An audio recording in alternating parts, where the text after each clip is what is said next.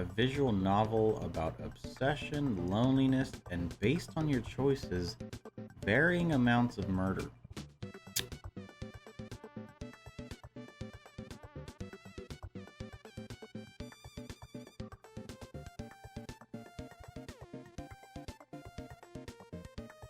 This can't be. I never played this.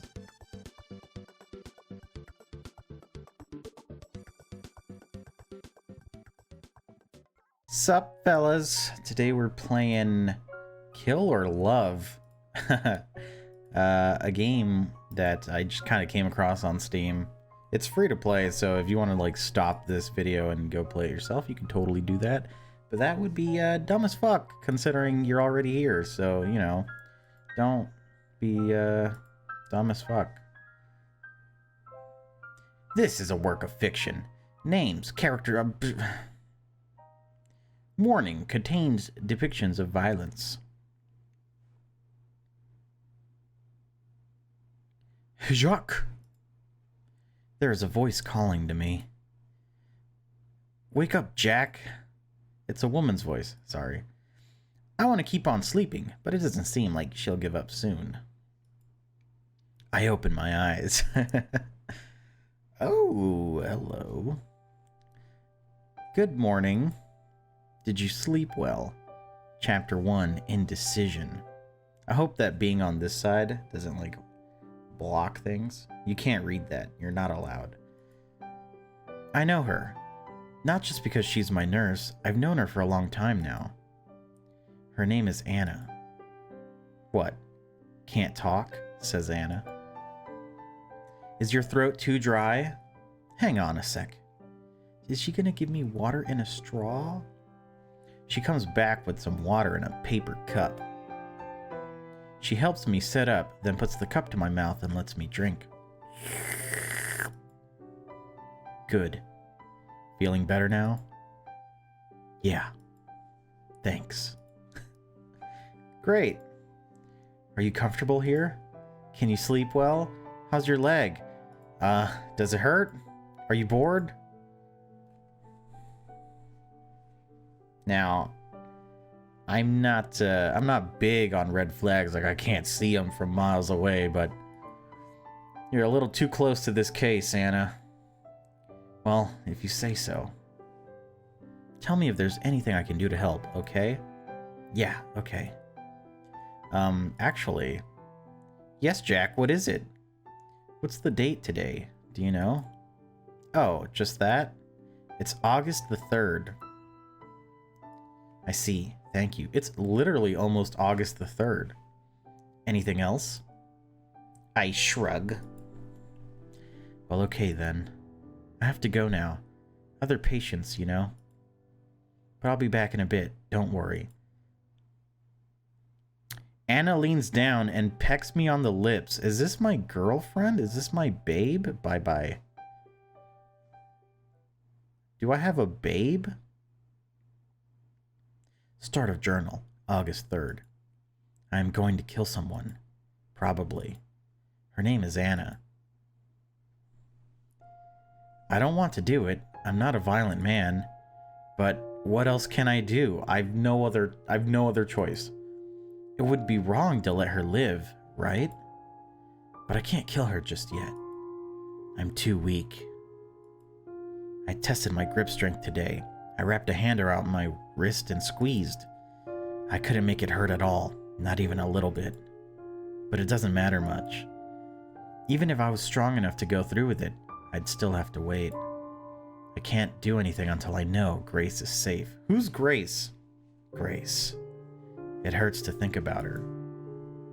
I want to tell her that I'm sorry. I'm so sorry I got her involved. Please be safe, Grace. Grace, Grace, Grace, Grace, Grace. It calms me down when I write your name. Grace, Grace, Grace. I'm so sorry. You're a fucking... I'm a psychopath. August 4th. The journal's still here, thank God. I was afraid she would find it somehow. You wrote this... Put it on your phone. When I saw that she didn't, it was such a huge relief. Then I'd have to kill her. I wanted to write in it right away, but no, I didn't. I have to be patient. I'll write only when I'm sure Anna's not around. Not while she's walking around, tending to patients, pretending she's not who she really is. Okay. I'm invested. And it's a good thing I waited. She came into the room only a few minutes after I woke up. She smiled and asked me how my night had been. I held back from telling her how I really felt about being here and about her. I mean, it's not like I can hide everything. Not after what happened. But at least I can pretend I'm not planning to do what I'm going to do. And who knows? Maybe she thinks I've gone back to how I was before. I haven't gone back, and I'd rather die than be like that again. But it would be nice if she believed that. She'd let her guard down. Well, it doesn't matter that much, really. Even if she finds out I'm planning on killing her, so what? So what? I'll end her life just the same. If it comes to that. I'll do it. If I need to kill Anna to save Grace, I'll do it in a heartbeat. Alright. Dude, please put all your thoughts in one cohesive paragraph. These, like, statement stops in a journal, it's freaking me out. You know what? Actually, Grace doesn't even need to be saved. Yeah. Grace is fine, somewhere far away, without a care in the world. And I'm worrying over nothing. Yeah. If only. My name is Jack. Jack is crazy. August 5th. I haven't gained any strength back. It's been a day. Am I being impatient? Yes. I might be. Yes. The doctor thinks that for sure. That I'm being impatient. I asked him for some exercises I could do, but he told me to shut up and rest. What are you in such a hurry for? He asked me. I couldn't tell him, so I didn't say anything. No shit. Well, Doc, you see, I want to kill one of your nurses. My next idea was to find a weapon. I haven't seen anything good, though. I'll still look out for something I could use, but I haven't got my hopes up. I mean, I could rip out the needle in my arm connected to the IV drip, but I don't think that'd be a good murder weapon.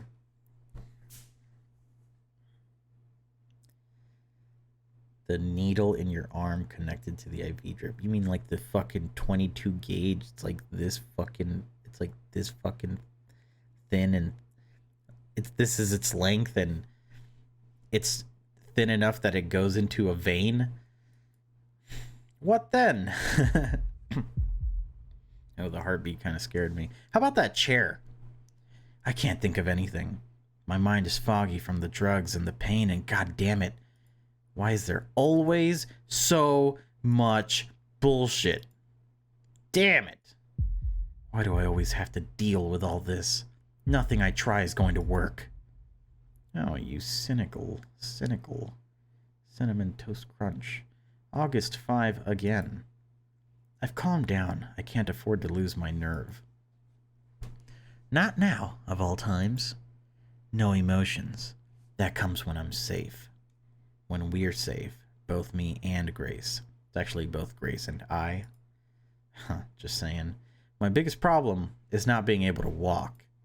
They've set the bones in my legs straight and everything, and it's healing in its cast, but it'll be a long time before I'm able to walk, I think. Maybe I'll be able to walk with a crutch soon. It could help me get my strength back. I'll ask the doctor when I see him.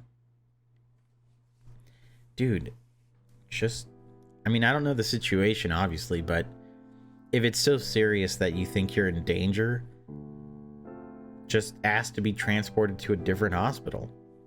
Say it's her that you're afraid of so that they don't give her any of that information, and just go to a different hospital. It's early morning. I hear someone coming down the hall slowly, not in a hurry. They sound like they're wearing hospital slippers.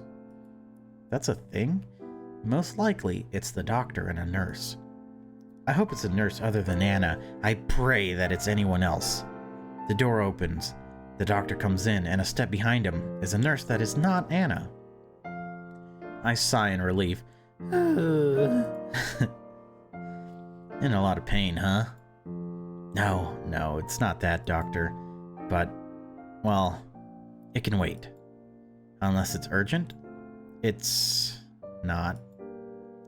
Very well, then. The doctor can't be over 35 years old. He's wearing a golden watch and fine-looking leather shoes, and goddamn, you're loud. He doesn't look like a doctor to me at all, more like a businessman. The doctor goes from bed to bed with the nurse, checking on the patients, spending no more than a minute with each. He comes to my bed last. Okay, Mr. Friday. What was it again? Let's see here.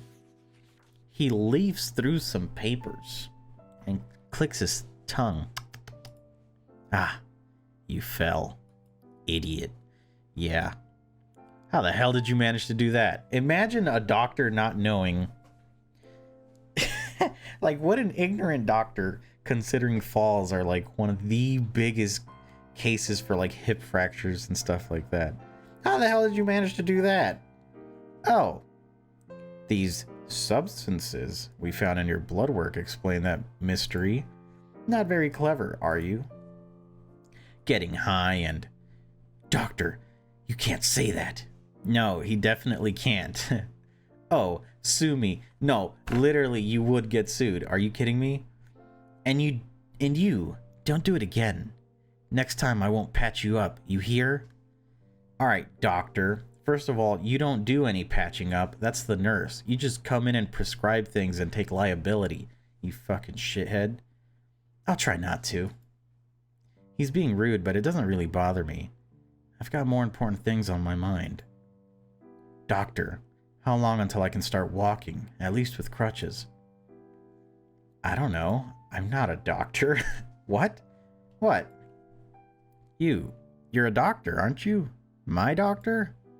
The very same. Who do you think operated on you? You're a doctor, you're not a surgeon. Well, I guess they're interchangeable, but no. You didn't operate on me, you're like a general practice doctor. I look down at my leg. I'm suddenly very unsure of what kind of fucking hospital this is and what I'll see when the cast comes off. Can't you at least guess when I'll be able to walk? I'd rather not. The nurse, standing next to the doctor, looks uncomfortable. She's holding a hand to her forehead and sighing. Just like that, I'd imagine. But why not? Don't I deserve to know? Well, a lot of factors are at play here, you see. The doctor starts moving his right hands in complex patterns. A lot of factors, you see. Plenty of factors can change how quickly you feel. A whole lot, so who can really say? Maybe a doctor. Factors like what? Oh, so many of them. Like literally an abundance of factors. Like what? Like, he glances down at his papers. Like your blood pressure, which is crap, by the way. Someone needs to fire this guy. This is not a doctor. He's a fucking idiot.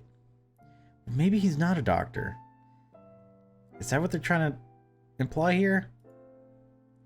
Are you stressing over something? Stress has no correlation. Like maybe to some like mental degree. That's not going to heal your leg any faster or slower. Yes, I'm stressing out over stuff. No, he says. No, doctor, I'm not. I'm fine. He frowns a little. Well, you'll be fine. Kick your feet back and relax. I can't. What are you in such a hurry for anyway? You haven't got a job waiting for you outside or anything. Huh? How do you know that? Oh, well, nurse, what's her name? Nurse Anna. Anna? Nurse Anna, that's the one. She told me.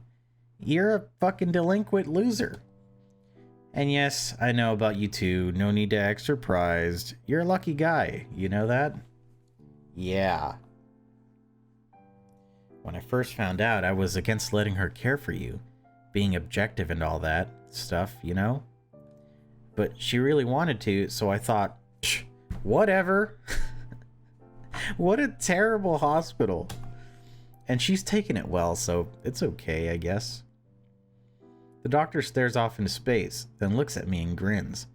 Oh, I see. It's her. What? She's the reason you want to get the hell out of here, huh? I don't blame you. There's no privacy here at all. Oh, no, I didn't. Don't be ashamed.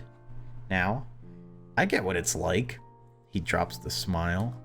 But you can't be thinking of those sorts of things. You've got to rest properly. Alright? Alright. He leaves with a thumbs up, so he's just like, fuck this guy. What an absolute dickhead doctor. Two of the other patients are laughing and whistling, and another one is grumbling with what must be jealousy.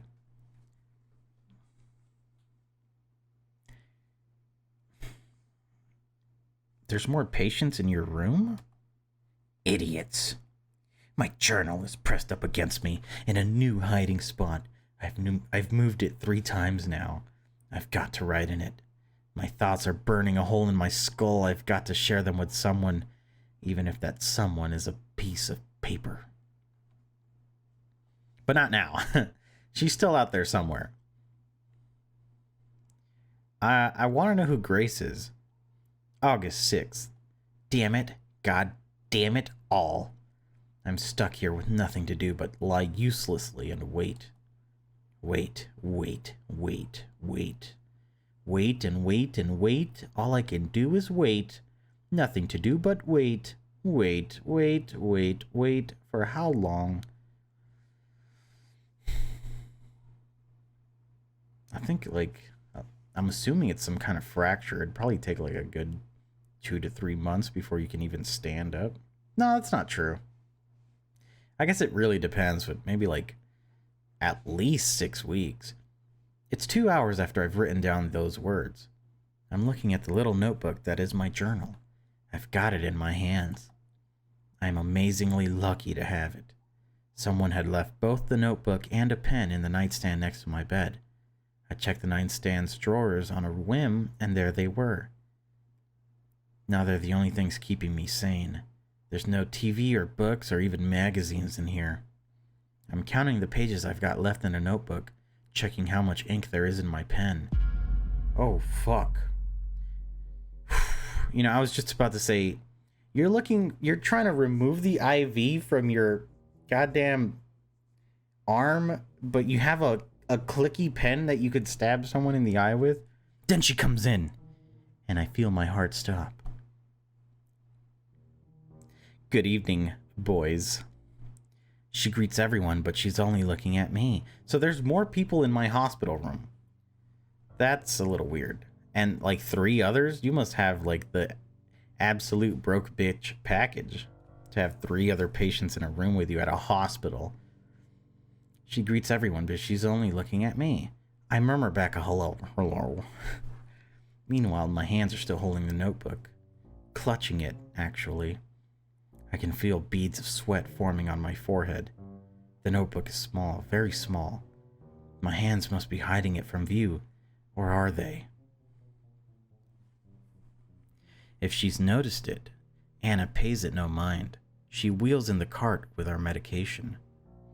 While she's busy with the other patients, I slip the notebook and pen under my blanket, smooth it over, and lie quietly. How are you holding up, sweetie? I nearly jump at Anna's whispered words. I didn't notice her approach. Fine, I'm fine, thanks. Jack, don't you remember what I told you? It's no good putting on a brave face. I'm here for you. Okay? Her theme is fucking scary. I'm gonna put it up just so you guys can hear it, but... What's this about? Says Jack. Does she know? I know about everything, you see. She leans in closer. I nearly faint. Everything. Yeah? Yes. I had a little chat with your doctor, and he told me all about how much trouble you're having down there. As soon as I realize what she means, My tense body loosens up. Ah, yeah, that. It's a bit of a problem, I guess. Oh, sweetie. Well, I'm sorry. Your health has priority over the S word. Sex. But don't you worry.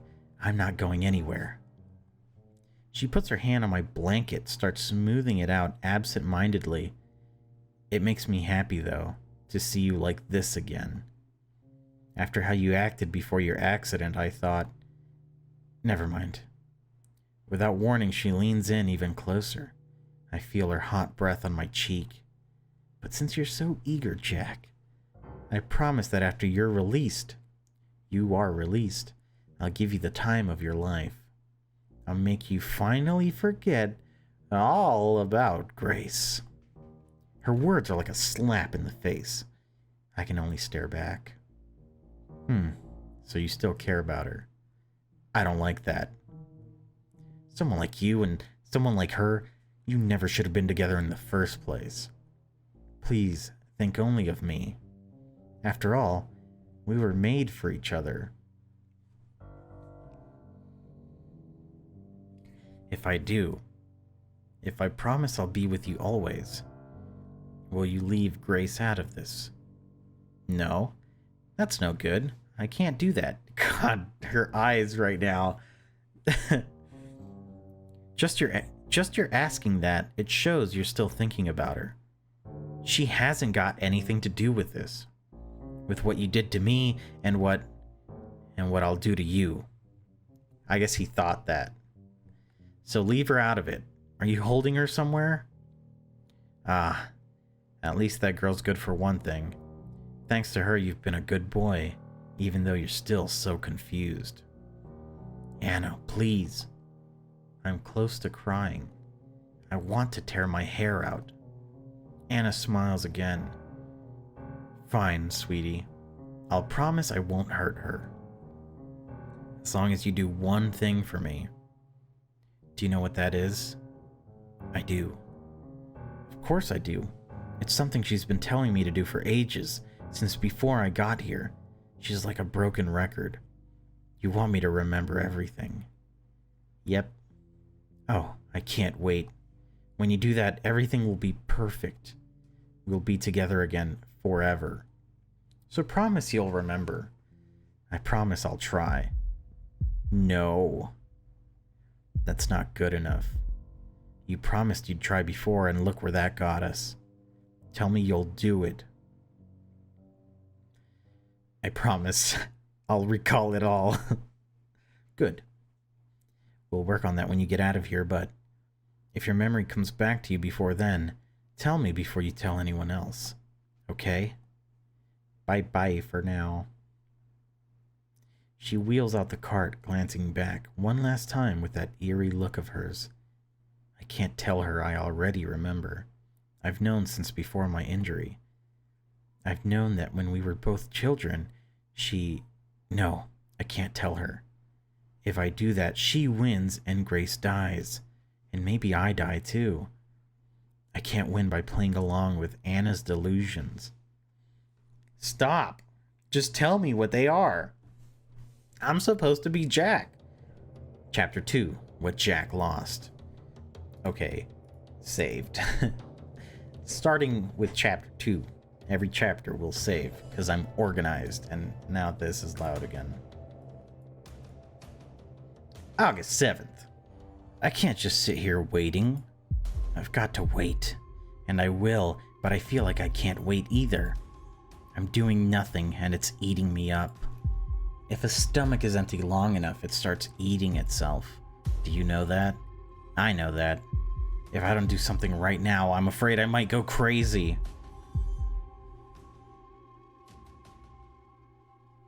Varying degrees of murder.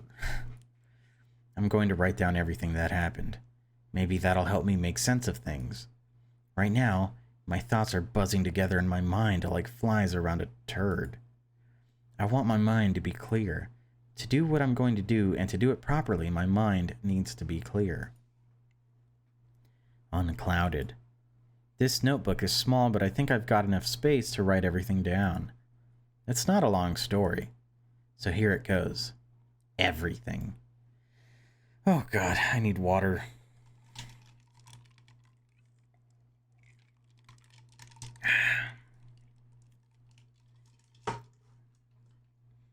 I met Anna. Met her again after so many years in the store where I worked.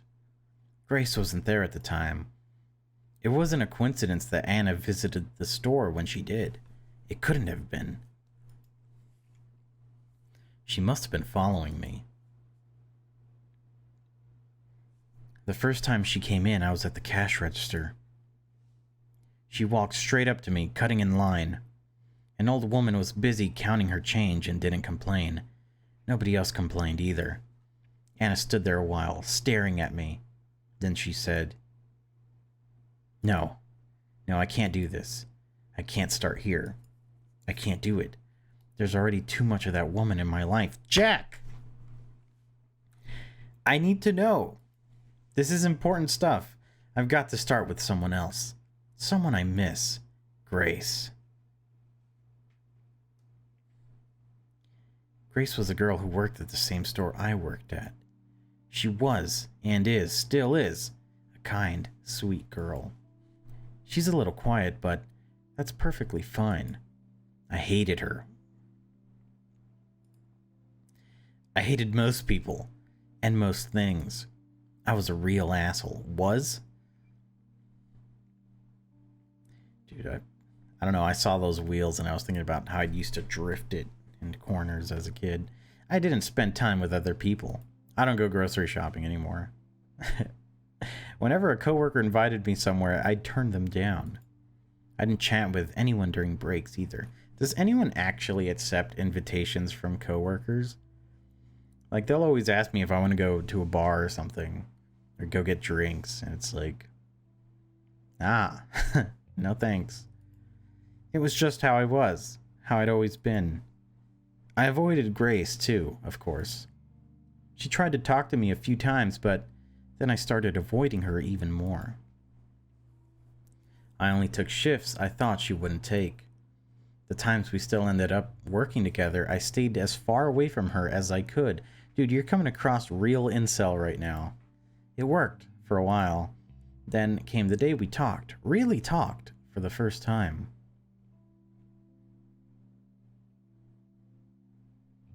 Then I saw them.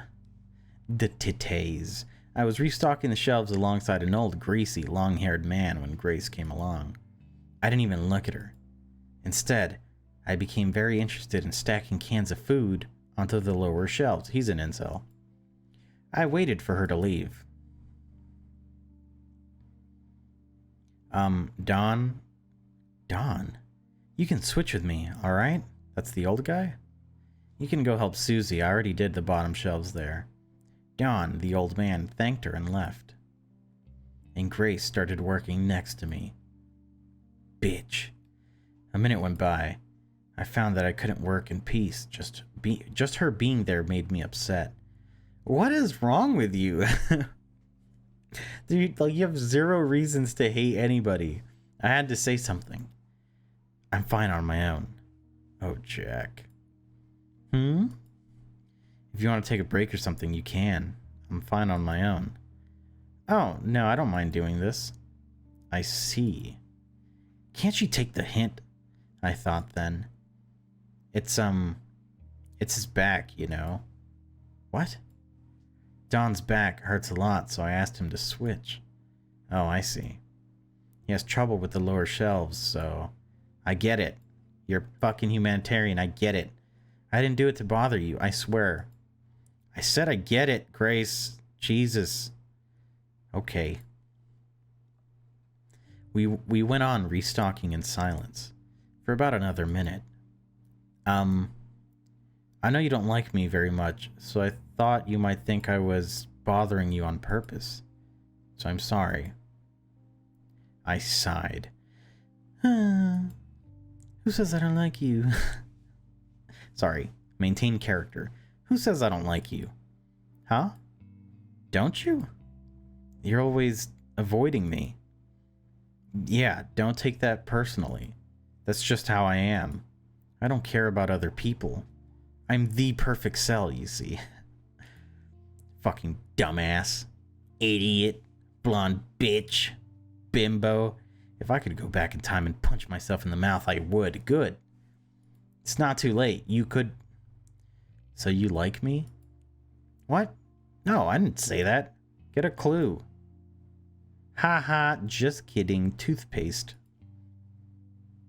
We didn't talk for the rest of the day, so I thought that was that. She'll leave me alone, I thought. Now that she knows, I prefer it that way. But she didn't. I've always thanked my lucky stars that she didn't leave me alone after that. Maybe she should have, though. For her own sake.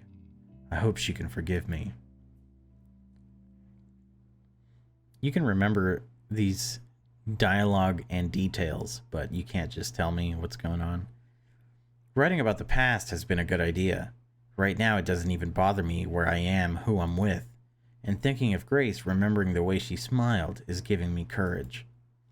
She got hurt because of me, so I will do anything to make her happy and safe. The weather was nice out today. The sky was blue. There's a tiny window on the left, on the wall to my left. I can look through it if I twist my head around. That small patch of the sky is the only beautiful thing around here. That, and my memories of her. No. What a sweetheart. Hi, Jack. Hi. A beautiful morning, isn't it? I love Grace. This is good. This is good for you, Jack. Let's give it our all today. Yep, let's do that. Your uniform is kind of all wrinkly, isn't it?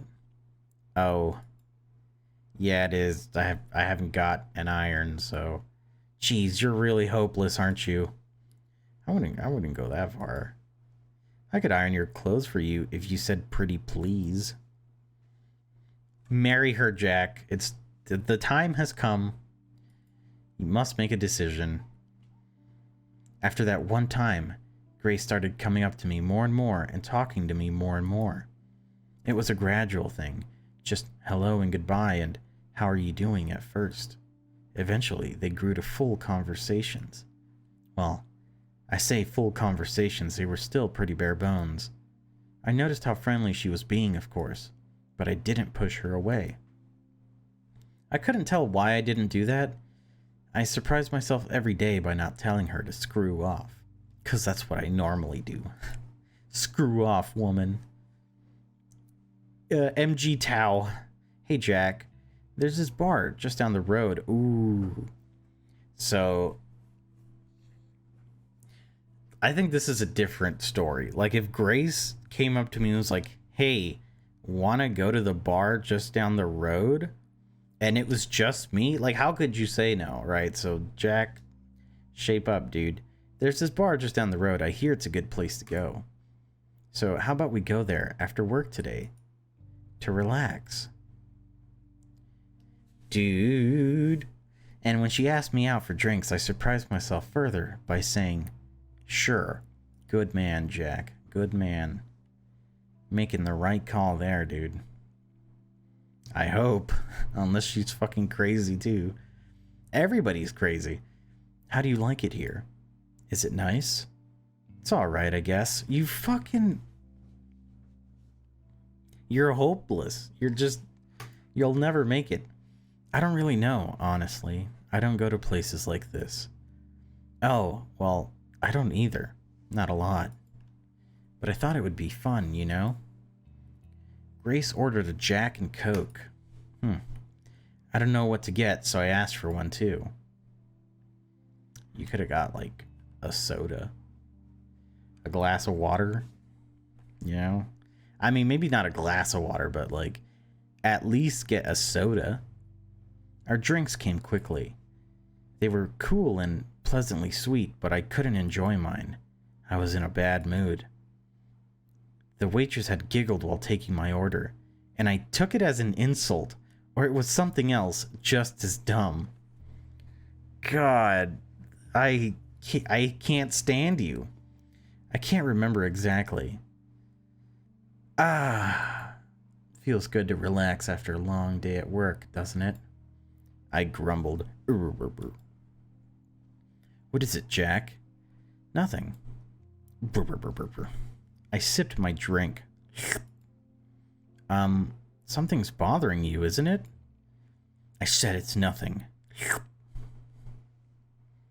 I'm just not cut out for this stuff. Oh, I'm sorry. You don't have to drink if you don't want to. I don't mean that. I mean all this. I gestured at everything around us.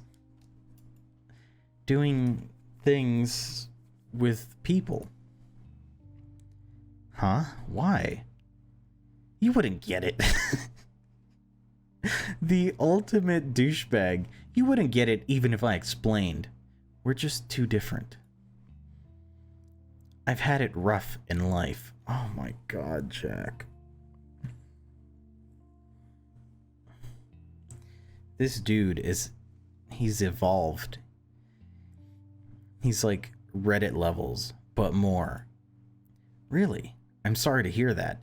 And it's not the kind of thing you talk about on a date, Jack. But that doesn't mean you can't enjoy yourself now. She's literally giving you every out possible. Well, it would be a shame not to do fun things just because of that. No, what I'm saying is, it's just not fun for me. I don't like this.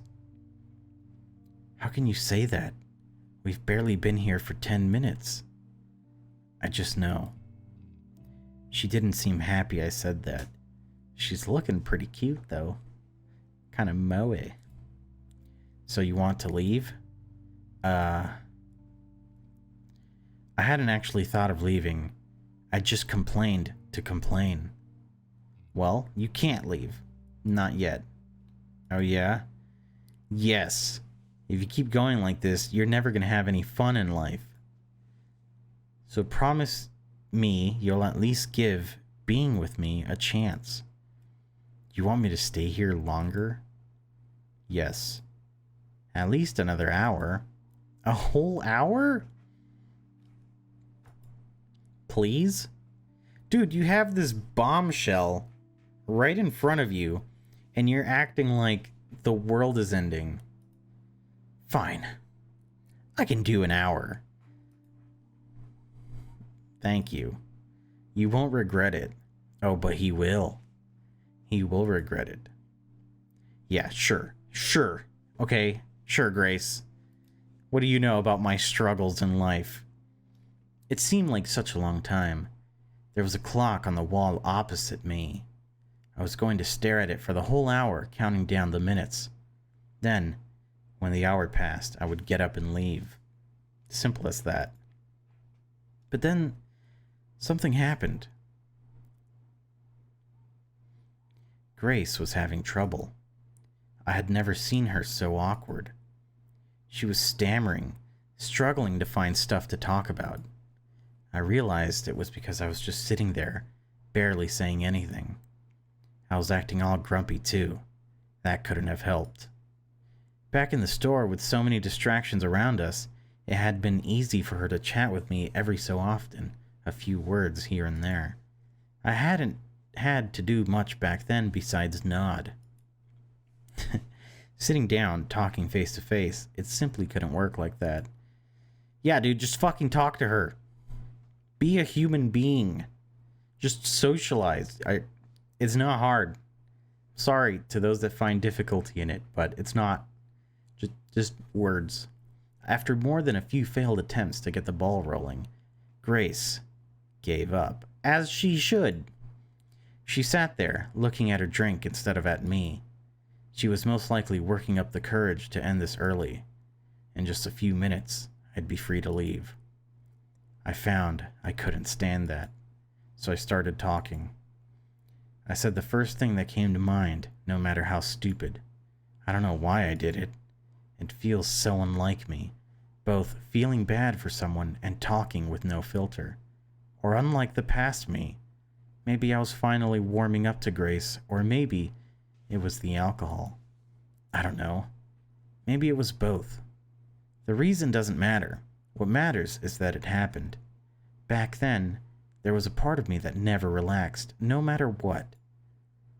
No, it wasn't even a part of me. Pretty much all of me was like that. Like a fist that wouldn't unclench.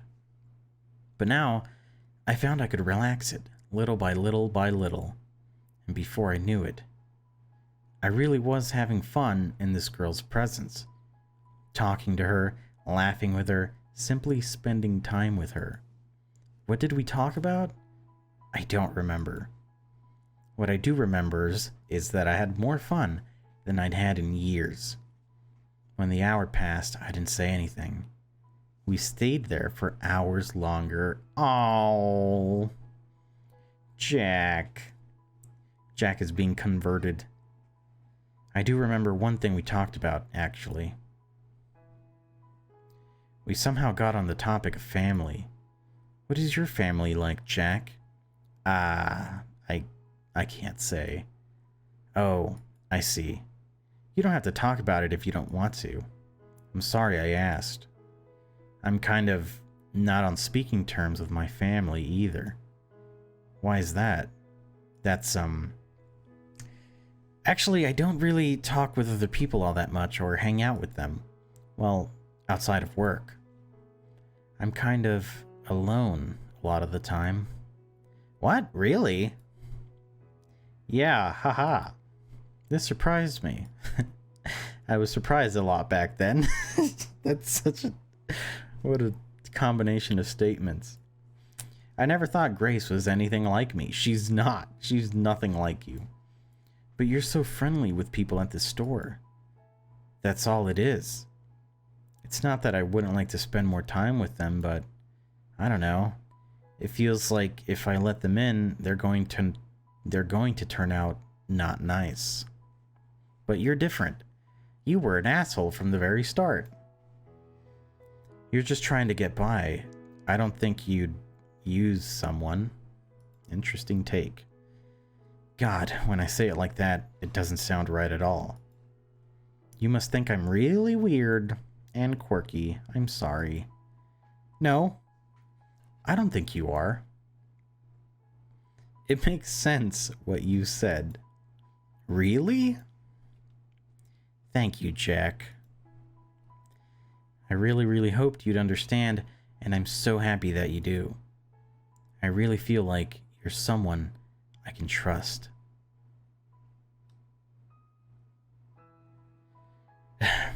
We went for drinks again next week, and then once more the week after. We went for I don't know why I started at the top. The week after that, we had dinner together at a greasy little restaurant where we could afford to eat. I tried to impress her by ordering wine. I'd never had wine. It was disgusting, but I had guessed it would be disgusting, so I forced my way through a glass anyway. I even said it was delicious. Then Grace tried some, told me it was spoiled.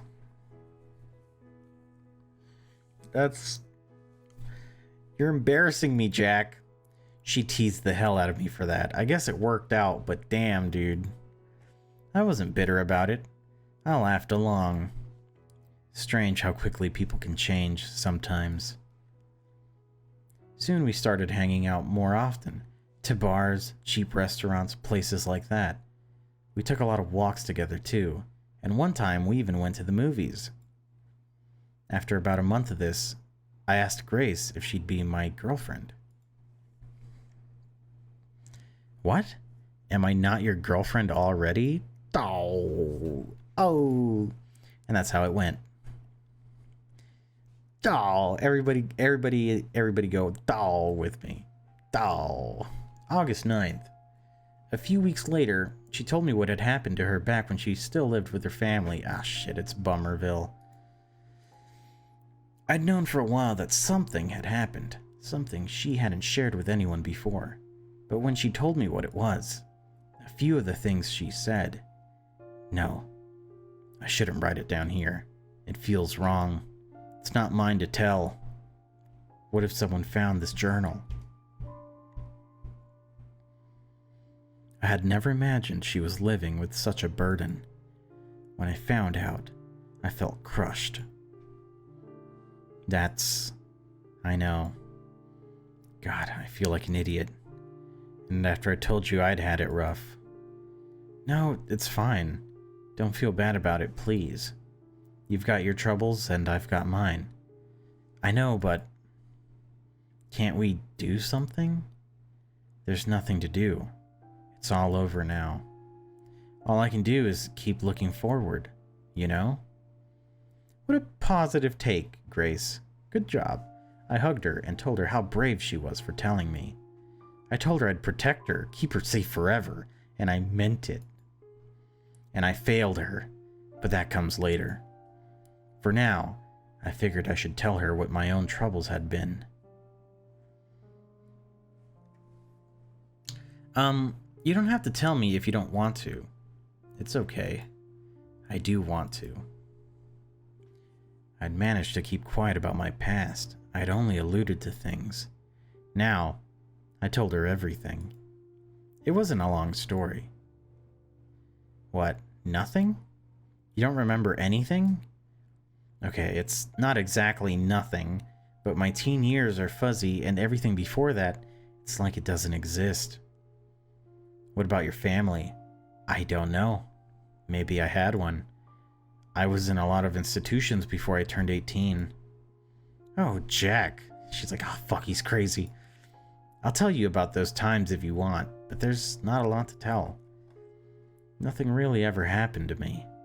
It's more about what happened to them. That's not what he said. Just in case you're only listening. I wish I could tell you everything about my life. I really do, but I literally can't. That's fine.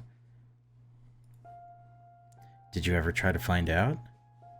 About my life before then? Yeah. I didn't. Why not? I don't know. I just never felt like it, I guess. I must have known, even back then, that some memories are best left buried. Buried? Buried?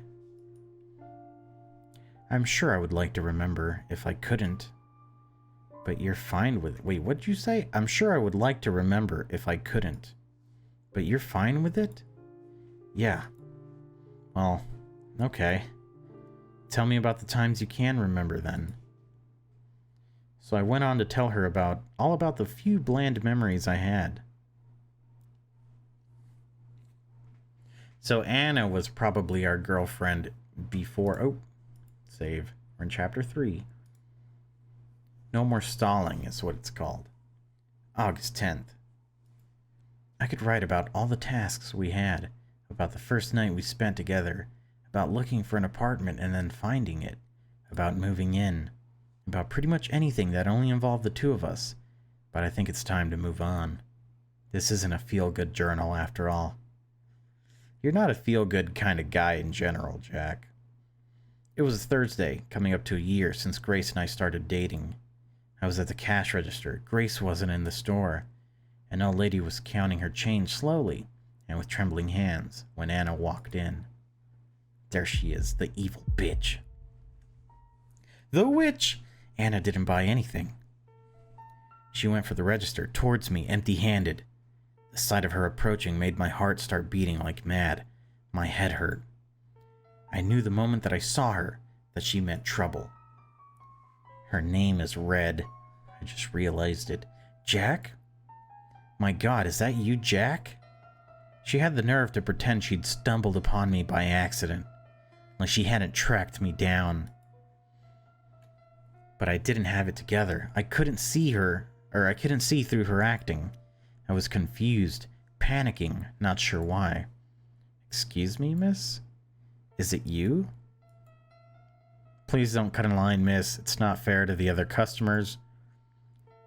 The old lady was still tackling her mass of coins. She didn't seem to notice much around her. Don't play silly with me, Jack. It's you, isn't it? Yes, my name is Jack, but you've got me confused with someone else. There's a lot of Jacks out there. Oh, come on. You're you. All right. I put a hand on the counter to steady myself.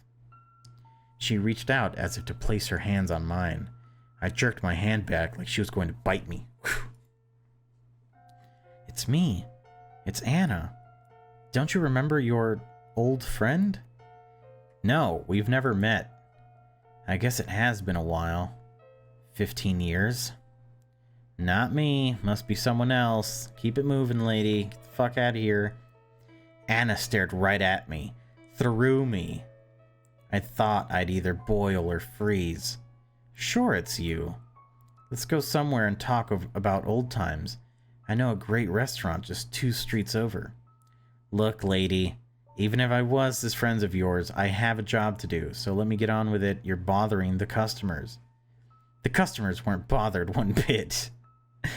If they hated anyone, it was probably me. After all, I was being so rude to this pretty, charming girl who only wanted to talk to her friend. That's a good point, Jack. What are you doing in this place? It's a pile of trash. Someone like you doesn't belong here. I was through trying to reason with her. It's a grocery store. It's like it's like a staple in every neighborhood. You'd need one to... The neighborhood would starve. I crossed my arms and said nothing, hoping she wouldn't notice that my heart was pounding way too fast. Anna gave me a good, hard look. So that's how it is. I'll see you later, Jack. And she went away. I let out a long breath I hadn't noticed I was holding. I felt awful. Even worse, I felt Anna had been right. There had definitely been something familiar about her. But I didn't want to find out more. Next time she comes in, I'll treat her the same way, I told myself. Guessing correctly, there'd be a next time. Guessing wrongly, that it'd be at the store. I'll do it again and again until she gives up. I don't know what she wants, but I won't give an inch. The old lady cried out. She'd found a quarter. Bitch, I could have just... Here, quarter discount. August 11th. It's weird, isn't it? How I just write today's date like that, and then go right... Excuse me. Right to telling about something that happened months ago. What's weird is that you think it's August 11th because she told you what day it was. I should write down when that stuff happened. But it was so long ago. I don't think I can remember the exact dates. Ah, who cares? This is only for me anyway. It can be a jumbled mess. Sometimes I feel like I should write more about what's happening now. But nothing is happening, so fuck it.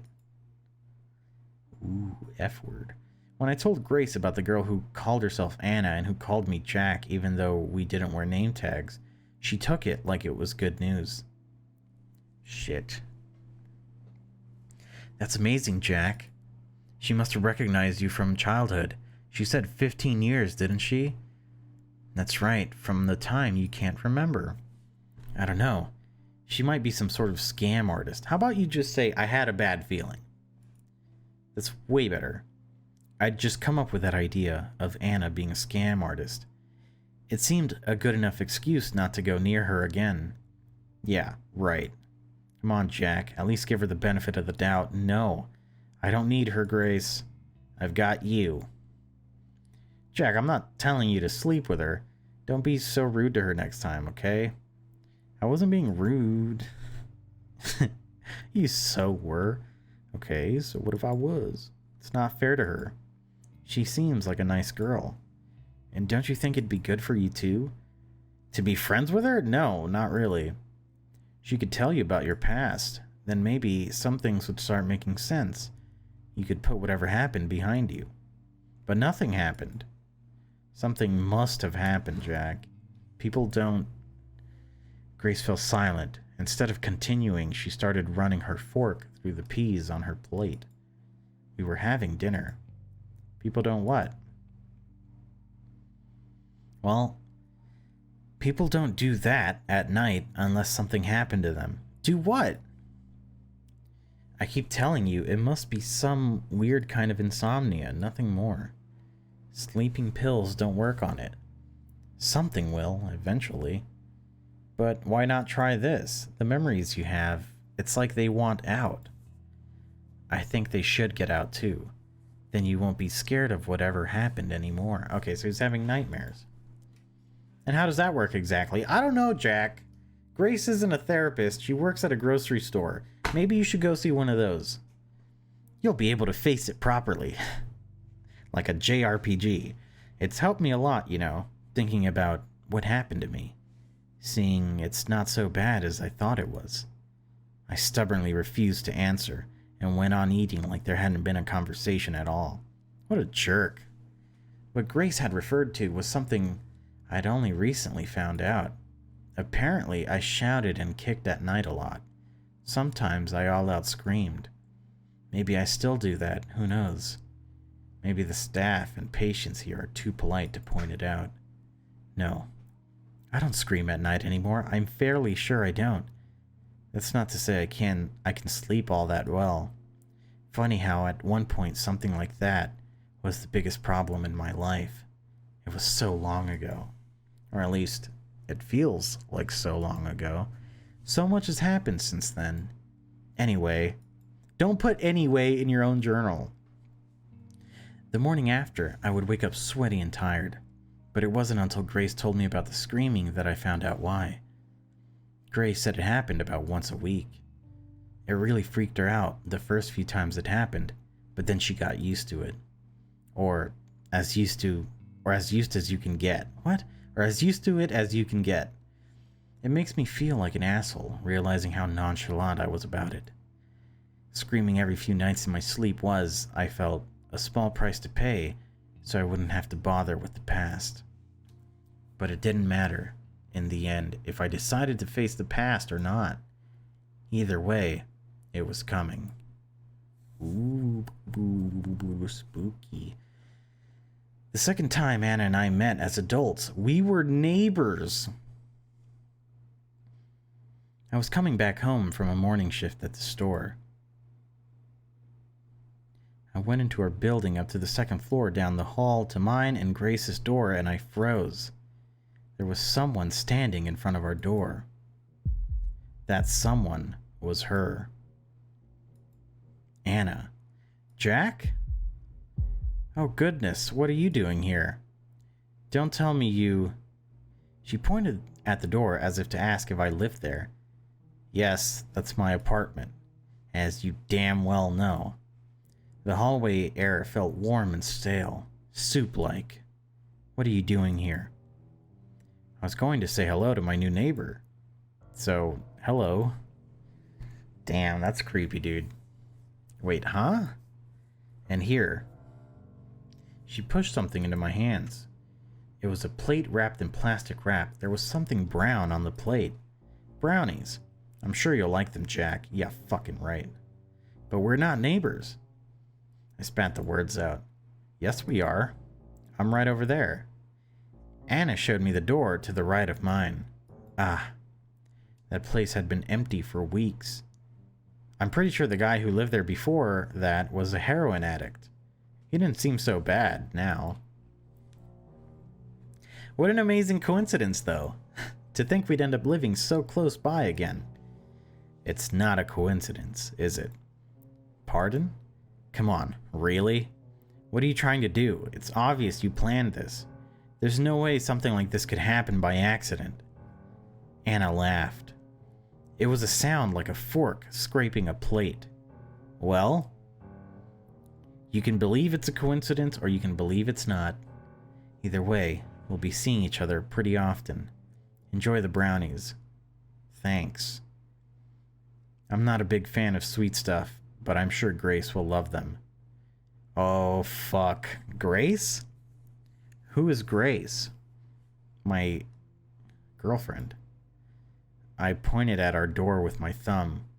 We lived together.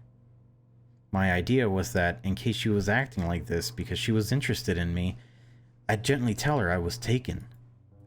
Grace. Yes. She must be a nice girl. My phone just rang, but I don't know where it is. The best I've ever known. She's lucky to have you. It's the other way around. Well, it's been nice chatting. I'll say hi to Grace for you. I should go in and say hello myself. No need. And she's not here right now. But, bye. Fuck. I would say. I would totally say that after closing the door. I pretended to unlock the door. It was already unlocked because Grace was home.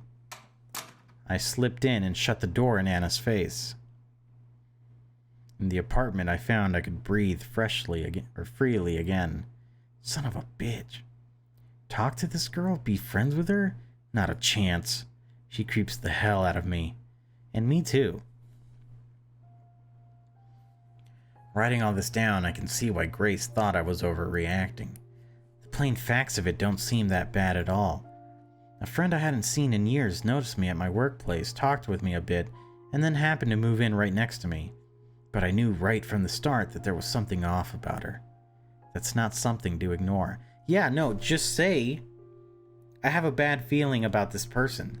Your gut feeling is you must listen to it because it's usually right. Just say that. Don't say she's a scam artist, idiot. Paranoid? Yeah. But in this case, I was right to be paranoid. It's because I let my guard down, all that shit happened. Still no word from the doctor about when I'll be able to get out of here. In fact, I haven't seen him in days. I hope he's just busy. What if something happened to him? It's the paranoia talking again. No, that's not paranoia. That's plain stupid. Anna can't make a doctor disappear and get away with it. But I've got to say, if this doctor did disappear, it wouldn't be much of a loss to the hospital, I think. No, it'd be a net gain. I'll have to ask him to give me some neck exercises I can do. What are you, Joe Rogan? My neck hurts from craning my head to the side all the time to look at the sky. Well, at least the weather's bad now. I'm not looking there as much. It's weird how a little neck pain is causing me trouble with how broken and battered the rest of me is. No, I probably shouldn't mention my neck to him. They might up my dosage, and what'll I do then? With my brain turned to mush. Maybe then I'd be happy. In any case, I have things to do and I need a clear mind to do them. I hope that what I'm writing makes sense. I hope I haven't gone down the rabbit hole already, and all I'm doing is scrawling line after line of meaningless chicken scratch. But that'd be pretty funny, I guess, in a pretty unfunny way. Jack. What do you want?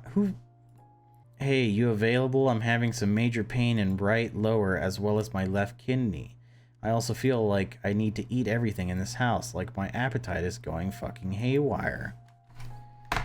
Have you been peeing a lot lately? Alright. Damn. Had my own little emergency. Ugh.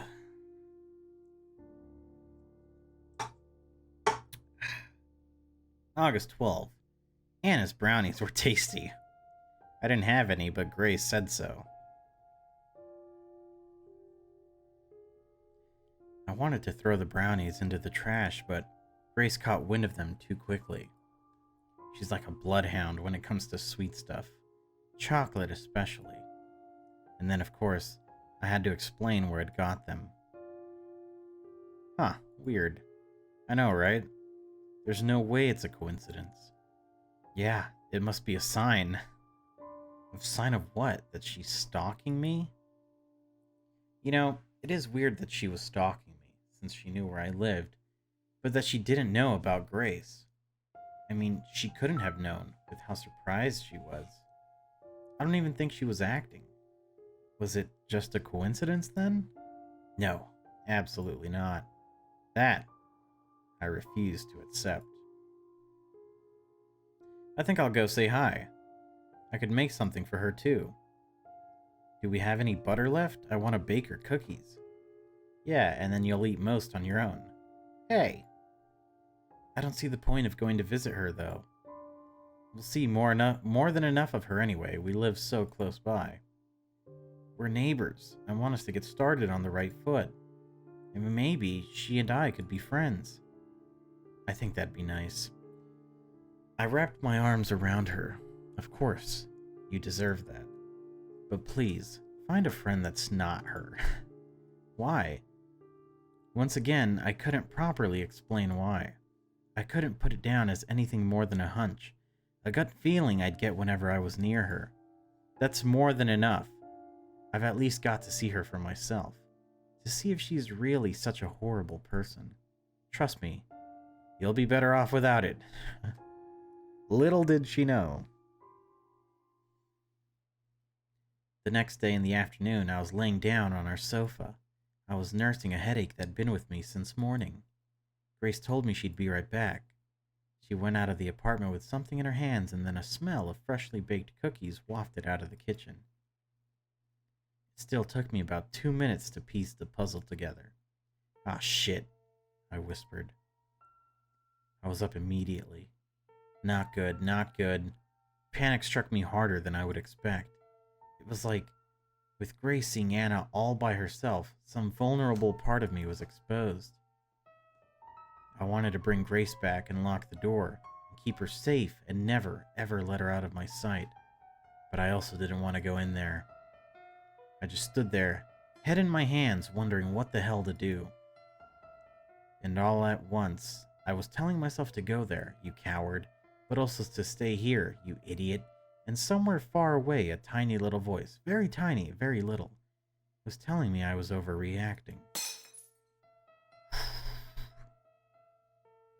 Then there came the sound of glass breaking. It had come from, where else? Anna's apartment. I went to the wall that separated our apartments. Now there was no sound at all, nothing to explain the crash. I finally overcame my cowardice. I dashed out from our apartment to hers.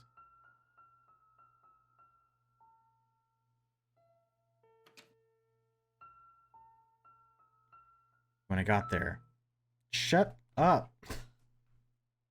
When I got there, I saw broken glass and blood, and Grace kneeling down, and Anna stood above her, and they were both smiling.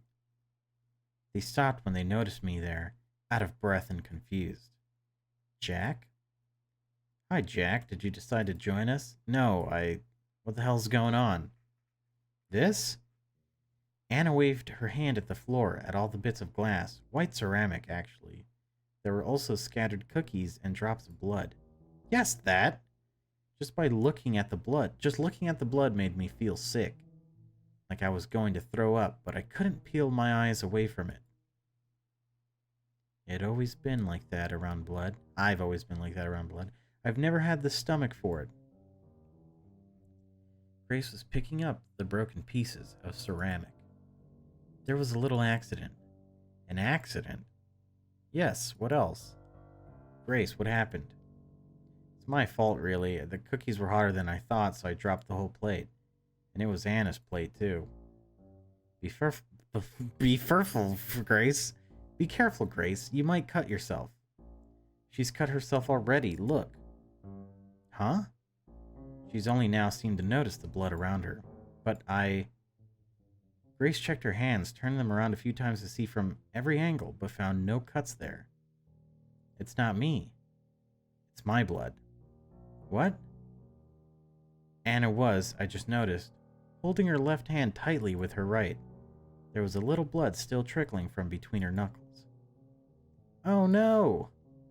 Grace's hands hovered around Anna's. She looked willing to help, but afraid she'd do something wrong. How did this even happen?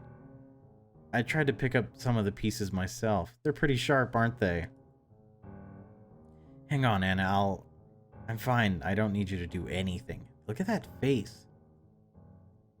The way Anna said that was forceful, almost harsh. Grace backed away. I can still help. She remembered I was there. Jack, go get some gauze. We have gauze? Oh, useless.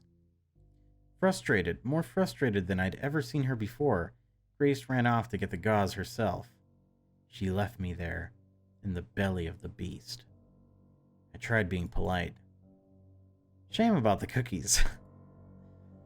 A real shame. I didn't get to eat a single one. Well, actually, she picked one up with the free fingers of her left hand. Some of her blood got on the cookie. Before I could say anything, she ate it in one bite. Jesus. not bad at all. They're still warm. Do you want one? I'll pass. God, you make me sick. It's not a very nice thing to say, Jack. If anyone else said it. But I'll forgive you. She licked her lips. I should have left, but I was like a frog being stared down by a snake. I wonder what's taking Grace so long. She must be flustered, poor girl. So much worry about a teeny little cut. It's not serious? It's not. How do you know? I've seen lots of cuts. I can imagine. Anna laughed. I'm a nurse. That I couldn't imagine. It's still hard to believe, though. I see proof of it every day. There's a lot of blood. You don't believe me? Look. She showed me her hand. The cut ran from the base of her thumb towards the middle of her hand. The wound was thin but long and jagged. The skin around the wound was pale and moist, showing how fresh the cut was. I could have puked. Jesus, Jack. Oh, does it look bad? Don't worry, it won't even scar. Stop that. You're really I don't remember what I was going to say. It wasn't nice in any case. What stopped me was Grace coming back.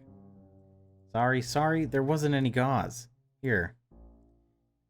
She'd brought a roll of pink toilet paper. I hope this is good enough. Thank you, Grace, but I don't need it. You don't? No, see? The blood stopped. Anna flashed a smile, the corners of her mouth still red.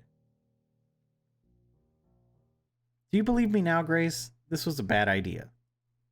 August 13th. Good day today. Didn't see Anna once, but enough of that. After what happened, where I left off yesterday, I was sure Grace and I were on the same page, but no. In the end, I was the one who cleaned up that bloody mess on the floor. I threw away the cookies before Anna could get her hands on any more. That's petty, but I respect it. Back in our apartment, Grace let out a long sigh. What a mess, am I right? Yeah, and it was all my fault. I meant Anna. You did just meet her, right? Yes. And? Well, I can see why you've been avoiding her, if that's what you mean. Thank you. She's beautiful. I thought she would be some shy little girl or a crazy cat lady or something, but she's like a model. What? No! Don't try to deny it, Jack. It's why you don't want to go near her, isn't it? You don't want to be tempted. I shook my head. I really didn't see her that way. Now, with a little more perspective, I can say it's true. What a waste of good looks. She's much more beautiful than me.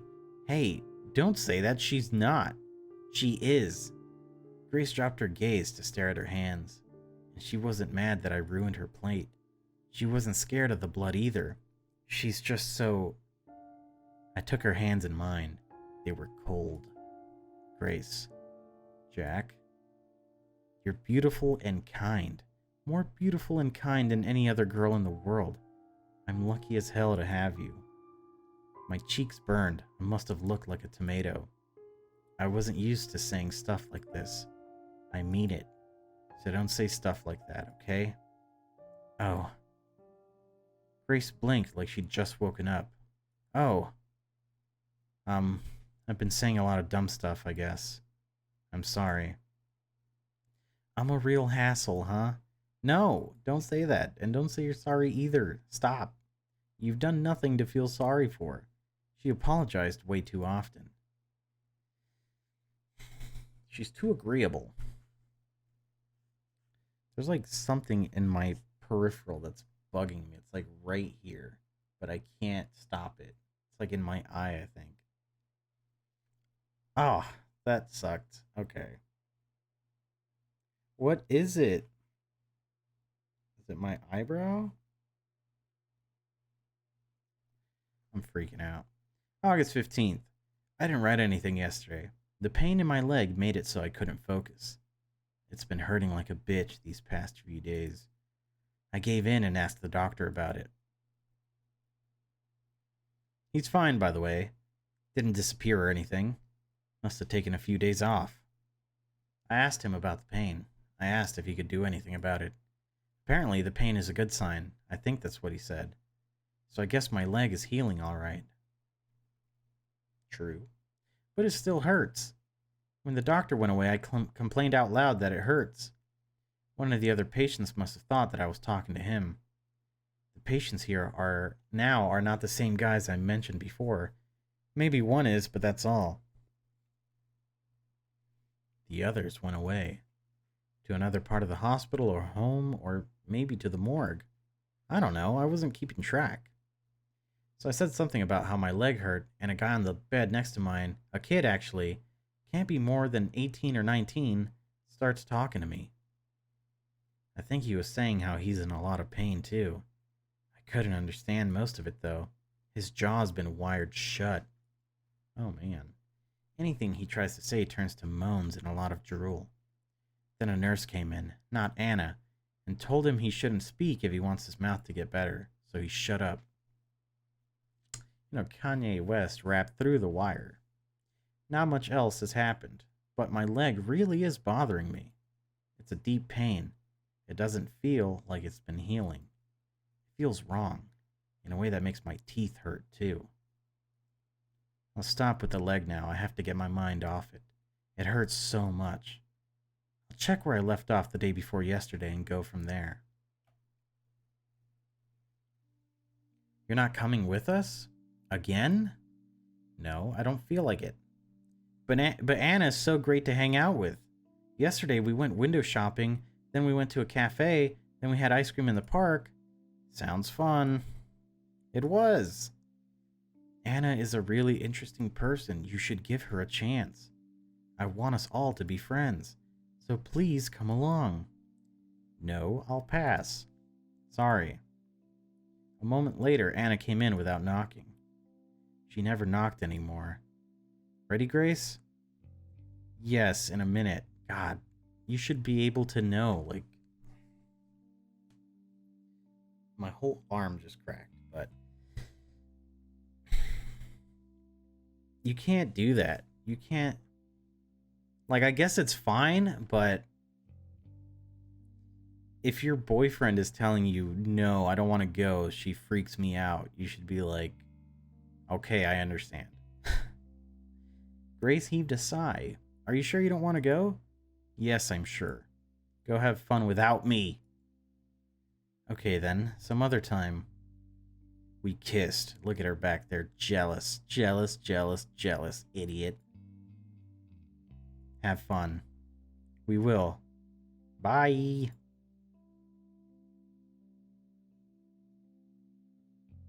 Grace and Anna became friends. Good friends, very soon after they first met. I was against it, but I found it hard to complain seeing Grace so happy. They spent quite a lot of time together. Whenever I said anything about this, Grace would tease me. She'd say I was jealous, but she would also invite me to come with. I always declined. Good. But it's a little unfortunate, you know, because I feel like if I was in this situation, like the exact situation, I'd be pretty worried about the things that Anna's doing to Grace. She seems pretty manipulative, like almost like towering above her on purpose so that Grace looks up to her, right? I don't like it. I eventually got used to it, and things were quiet for a while.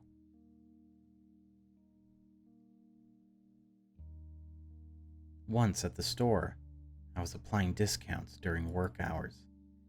It should have been done before we opened up, but someone had been slacking off. I won't point fingers. It was Don, the old guy. So I was the one stuck, wondering what kind of dog food the 20% should go on, or something like that. The lists they gave us were always terrible, so full of corrections you could barely read them. Ah, shit. As I was about to choose at random where to apply the discount sticker, someone put a hand on my shoulder. Don't touch me! Oh, Anna. There was a tightness in my chest, but it passed within seconds. As I said, I'd gotten used to it. She didn't scare me anymore. Hi. How are you, Jack? I'm alright, thanks. Walk away. Hey, random question. Do you like big dogs or small dogs? Hmm? Big dogs, I guess. I see. So he puts it on the wiener dog. Okay, so he reduced the price of the dog food of the small dogs. That's what you get. Idiot. Grace is in the break room, by the way. I know, I was just there. But I wanted to see you. Yeah? Why? I haven't seen you at all for the past week, you know. Didn't you notice? I guess. I was called into work a lot, and you must have been busy here too. Yep, busy. We should meet more often. After all these years apart, we must have a lot of stories to tell, huh? Yeah, maybe. Jack, you mentioned dogs, right? Right. Was that because of Buddy? Who's Buddy? So you really don't remember anything? Nope. I don't remember this Buddy, and I don't remember knowing you either. Of course, now I do know about Buddy. I don't remember his breed or how old he was other than his name, really, but I do know of him. A certain picture book told me. That's really too bad. But it'll all come back to you, I'm sure. Who knows? Oh, Buddy was a really sweet dog. You liked him a lot. Shut up, Anna. I shrugged. And he loved you. But then again, that dog loved everyone. He was so trusting. Too trusting?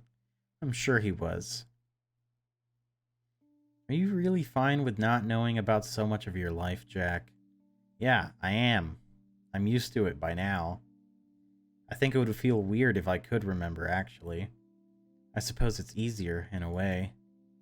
There are some things best forgotten, after all, aren't there? Ha, yeah. Leave me alone, idiot. I don't like you. Ah, yeah, of course there are. And I wish some of those things would have had the decency to stay forgotten. Why mention it now, though? Oh, no reason. I was just a little curious. I didn't believe her. I sensed that there was something in particular she wanted me to remember. I do know what that is now. But I still don't know why she wants me to remember what she did. Is it some sick form of love, or does she want to finish the job? So are you writing this down in your journal? Or are you writing things down and then thinking some of it as well? Because you said you don't want her to know that you remember, but then you're also saying, I don't want her to, or I do remember that now. So it's like, are you writing that or not? Or is it some sick form of love, or does she want to finish the job? Is it both? I don't know. I really don't. So my guess is that she's tried to kill him because she can't have him or something like that. Some yandere shit. Her mind is as much of a mystery to me now as it ever was.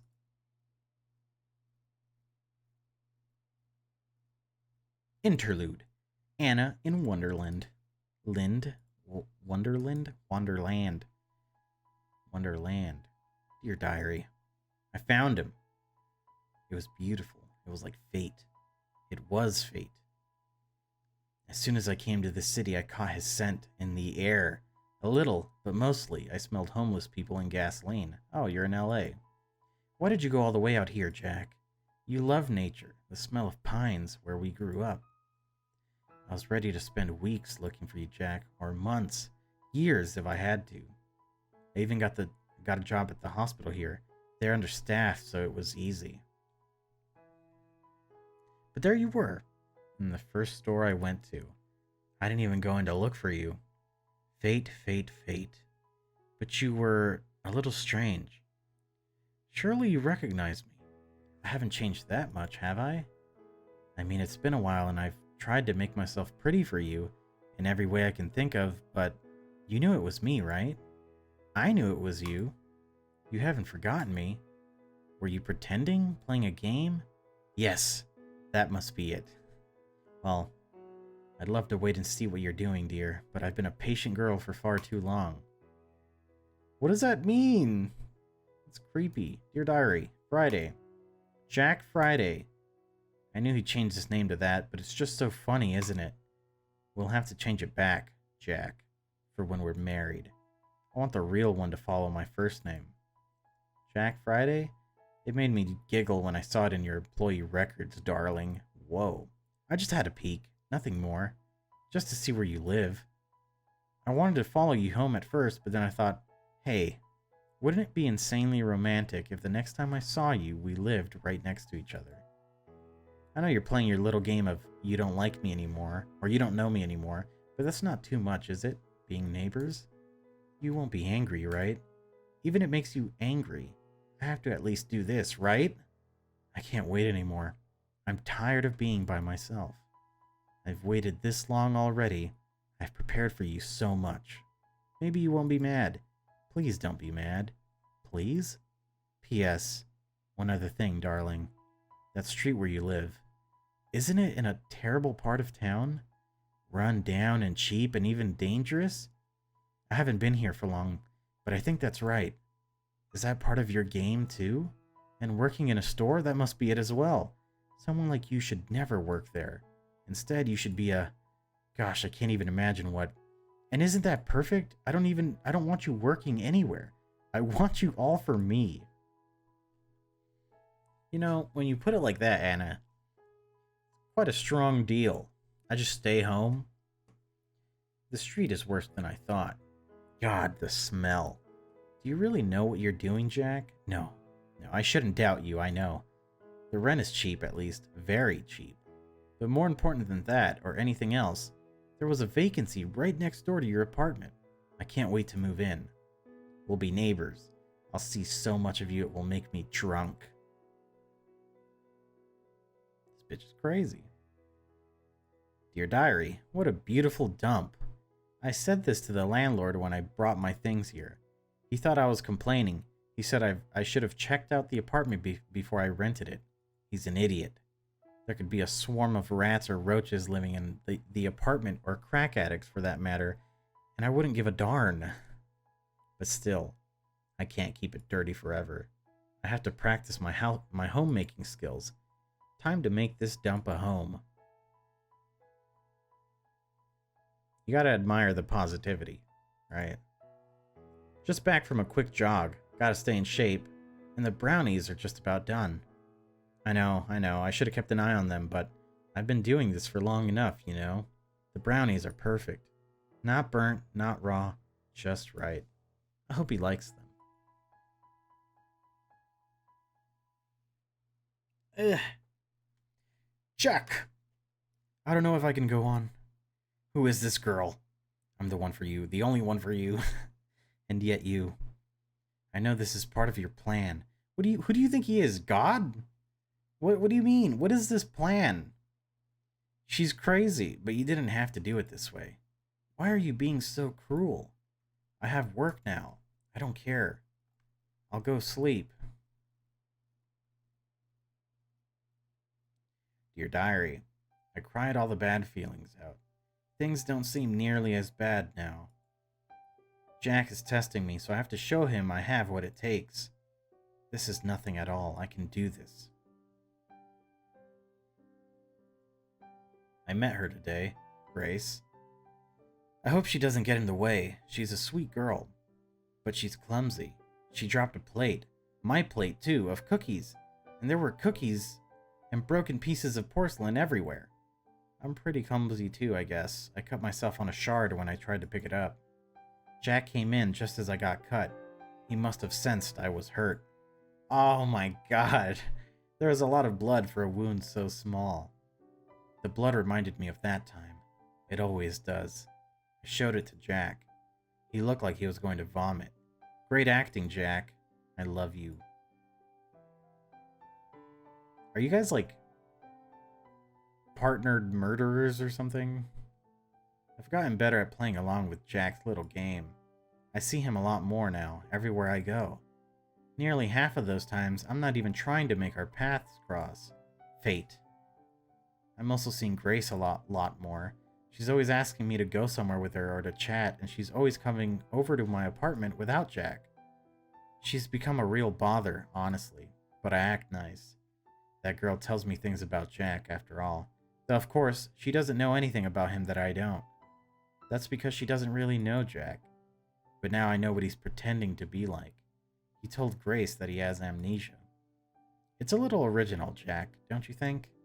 That's okay, though. She believes you.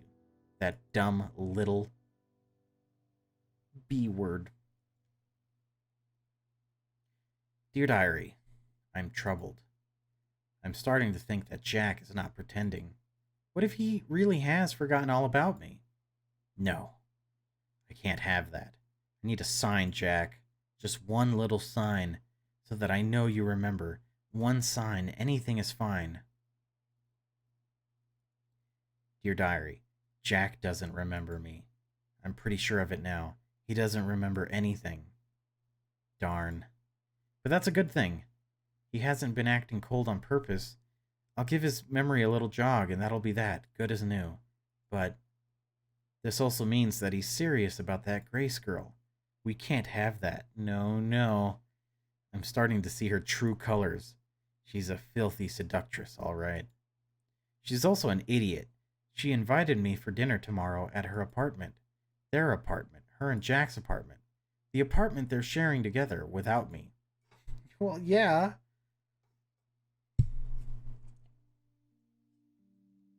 Are we back to Jack's perspective? August 16th. Terrible day. Really awkward. Anna was hovering around me all day. I swear she was here for more than 2 shifts. How the bell does that work? I couldn't write at all. She's only gone now and it's after midnight. I guess I should mark this as the 17th then, not the 16th. Oh, who cares? Now I have to write in the dark, but that's fine. I don't see it being a problem. So, not long after, did I write about how Anna came to see me at the store that one time? Yeah, I did. Not long after that, Grace invited Anna over for dinner. Whoa. What was that? Okay, never mind. Nothing. She could have told me before asking Amma. Not that I would have said no. I didn't have an excuse to say no. But I mean, she only told me about the dinner a few hours before it. Yes, I was preparing for a really relaxed evening, and all of a sudden, Grace says we should start making dinner. And no, I forgot to tell you, Jack, I shouldn't be so bitter and childish. People forget it. It happens. She didn't mean anything bad by it. It still rubbed me the wrong way, though. Anna was going to invade my home and be there for hours. And I'm pretty sure I had every right to be angry about that. No, I'm sure I should have sent her packing the first time I saw her, and then when she moved in next to us, and a million times after that. I should have. The fault is mine. So yeah, diner.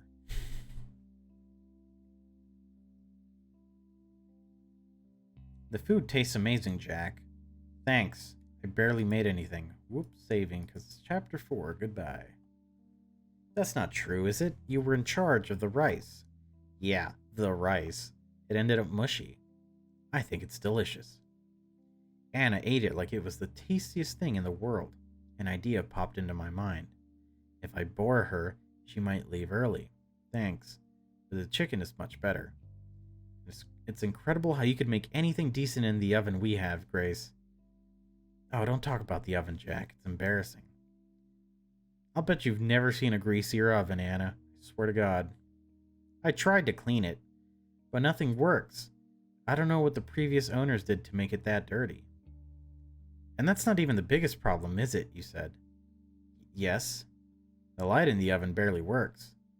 And don't get me started on the heating, it's so sketchy. Yep, all of that. And you still managed to make something this good. What do you say, Anna? It's tasty. It reminds me of home.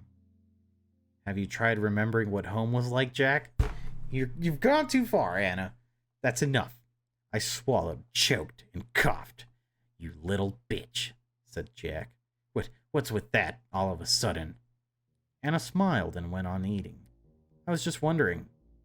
No, I have not tried to remember what home was like. I don't see why I'd have to. I'm fine without it. All right. It's a shame, though. Tough. Jack? Yeah. What is it, Grace? I'm with Anna on this one. You are? Yes. Even after you said you were fine with me deciding what goes on in my head? I'm trying to think of what's best for you. That's right. You can't spend your life running away from the past. Face it now. Be a man. Grace, you're just gonna let her slide with that one? It's not healthy to lock so much of yourself away. It can't be. You have to agree, Jack. I didn't reply. I was eviscerating a chicken drumstick. That's gotta be like top 10 greatest lines in a video game ever. Anna, I didn't tell you this, but at night, at least once a week, Jack. That's true. Jack, it's time to stand up for yourself. That's enough. I banged my fist on the table, and then was immediately ashamed that I'd lost my temper, but I couldn't back down. This has got to do with me, and me only. Stay the hell out of it, both of you. Do you understand? Why are you so... It's no good. I'd never gotten this angry before. I needed to be alone. Oh, sorry, I didn't even read that. I was too invested. I walked off to another room, but that didn't help. I could still hear their murmurs and their whispering. They were talking about me. I dressed in a hurry. Yeah, dude, get out of there. Huh? Are you going out, Jack? I nodded. Have fun. What the fuck? Have you... Grace, notice the... Whatever. Wait, don't go. I'm sorry I keep insisting so much. You know I'm just trying to help, right? Yeah. And please don't be mad. I couldn't stop being angry. It was stronger than me. Can you do just one thing for me, just so I know I did all I could? Do what? Can you say you're fine with... No. Please say that you don't want to remember. Can you do that for me? Of course. Shit.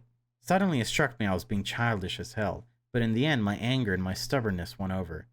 I don't want to remember. There. Are you happy now? I wanted things to stay as they were. That's all I ever wanted, for nothing to change, because for once I was happy. Well, I'm sorry. You should be. Bitch. I walked out. By the time I came back, Grace was gone.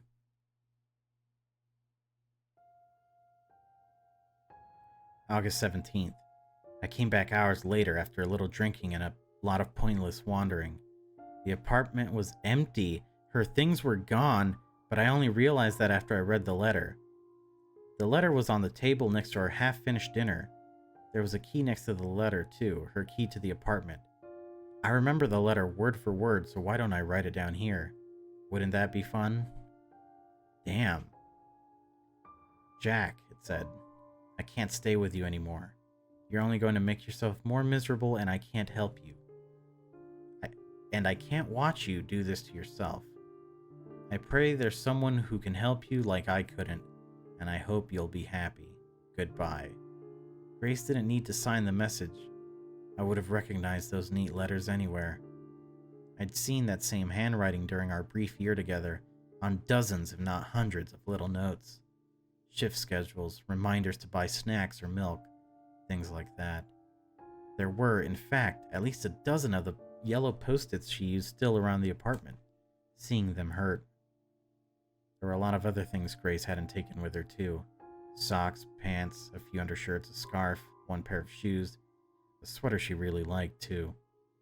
She would have worn the sweater while napping in the evening. It was all evidence of how much of a hurry she'd been in to get away from me. Now I know better. Yeah, I don't think she wrote any of that stuff. I think Anna's perfectly capable of forging signatures. She is a nurse, after all. Shots fired. Morning, everyone. The patients all greet her. I do too. Well, well. I'm happy to see you finally stopped being Mr. Grumpy. Well, you know. Do you feel better? Does the leg still hurt? I'm a little better, I guess. At peace. That's great. You'll be up on your feet in no time, I'm sure. Free to come back home. I laugh like hell. Anna probably doesn't see what's so funny. She smiles vacantly. I guess she does love me in her own way. It doesn't matter, though.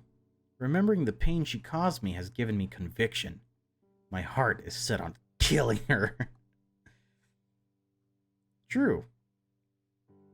I mean, from his perspective, it's kind of warranted, you know? Not saying I would do it. I'm not crazy. I'm not a murderer. But, like, she's definitely scheming and planning to do all these things and manipulating Grace. So, if I was crazy, if I was a murderer, I'd be like, you know, Anna kind of looking like a good candidate. August 18th. My health is vastly improving. Doctor's words, those. And I feel it. I don't wake up at night so much anymore, choking on pain. And I don't get so angry anymore that I have to chew my own fingers so I don't end up shouting. I really am at peace. I know what to do. And I know I have to do it. I feel like I don't have a choice in the matter. I'm a train going down a set of tracks at a few 100 miles per hour. No turns, no brakes. Whatever happens, will happen. It's strangely calming. For now, I'll keep writing. I know a good point to stop.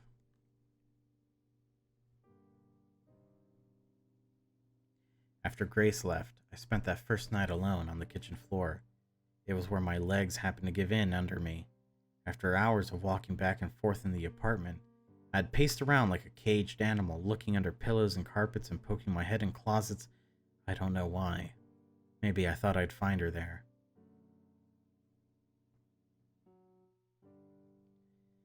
I woke up in the afternoon with a blanket over me. I thought that Grace had done it, that she'd come back. She hadn't. I guess it must have been Anna. See, this would have freaked me out. I didn't go to work. I didn't eat. I don't remember drinking any water, but I must have. And I must have slept a lot, too. It turned out I needed Grace more than I thought I did. Certainly more than she needed me. I was all alone that day, that night, and the day after, too. What a weird comma. Right up until the evening. That's when she made her move. The windows were closed and the blinds were drawn. It must have been stuffy and hot in the apartment. I lay on the couch, shivering. I held to my chest the sweater Grace had left. I was about to slip into uncomfortable sleep when the front door opened. My heart skipped a beat before the sight of the person coming in disappointed me. Hello? Jack? I stared at her. What's wrong? Stare. She tried to get me to talk, but I was not in a talking mood. Eventually, she found the letter still on the table, pretended to find it. Oh, Jack. Oh, darling. Go away. You're hurt, I know. She's terrible, isn't she? To have hurt you so badly. The sweater was soft against my skin. It smelled of her. I know, she's awful. Let me help. She brought her hand nearer to my face. I turned my head away. I'm the one who can make you happy, you know. You won't have to remember that girl ever again. You won't want to, I promise. Ugh. Her hand found my cheek. It had only been 2 days since I'd last seen Grace, had last touched her, but it felt like I had already forgotten a person's warmth. I raised my hand to bat hers away, and I found that I couldn't do it. Instead, I put my hand on hers. I was close to tears. There were so many emotions in me that confused and underwhelmed me. But Anna was here, and she was whispering that she'd never leave. Damn it, the rebound.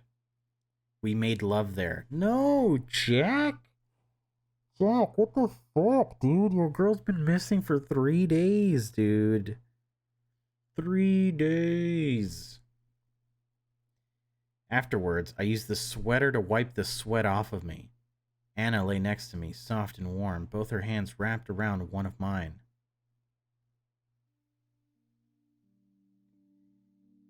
In the morning, after the long, long night, Anna looked at me and asked me a question.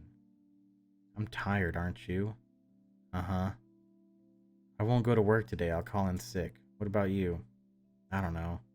I won't go to work. I hadn't thought at all about work. It was so irrelevant. That's a good idea. Hey, I'm going to my apartment. I want to have a nice hot shower. Come with? Sure, yes. You fucking... Ugh. You idiot. Sure, yes. My apartment had a perfectly working shower, of course, but I didn't want to be by myself. I was scared. You've spent the last fucking however long basically being suspicious of this person. Your girl goes missing, and then you just let her in like nothing. After I'd had a shower at her place, Anna told me I could stay there a while. Until you feel better, she told me. What do you say? I said yes, and that's how it went.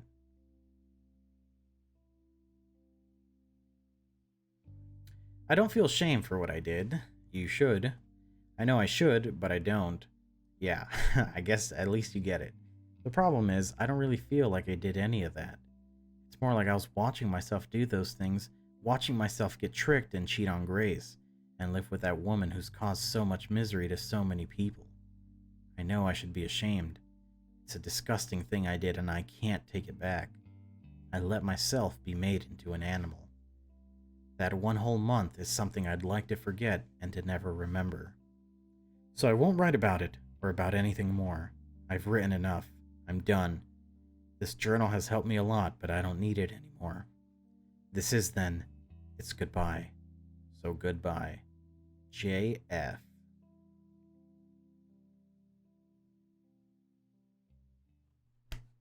It's time to murder you, Anna. I woke up and found the room dark. Incredibly dark. It didn't matter if my eyes were opened or closed. The image didn't change. Something wasn't right. The air smelled different. Grace made a soft moaning sound in her sleep. Wait, what? She lay next to me. I reached down to make absolutely sure she was here. Jack. To hear her voice instead was like finding a snake in my bed. I almost fell over a nightstand. Are you okay? Bad dream? Stay away? She touched me, skin against skin. I remembered where I was and why I was here. Better? Yeah, sorry about that. Good. I settled back onto my side of the bed. Anna ruffled my hair. You startled me. I didn't mean to. It's okay. I know you wouldn't do that. Because you love me. Sure, dude.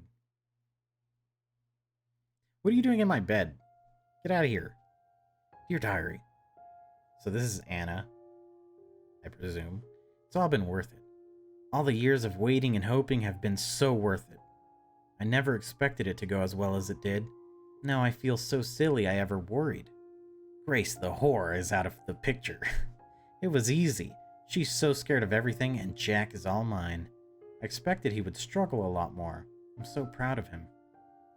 Even in the terrible state he's in, no memories of us at all, he knew in his heart he should pick me over her. You're so cute, Jack. The way you're absolutely helpless without me. I'll pamper you a little more. I can do that. There's no hurry, there's no rush. We've reached our happy ending.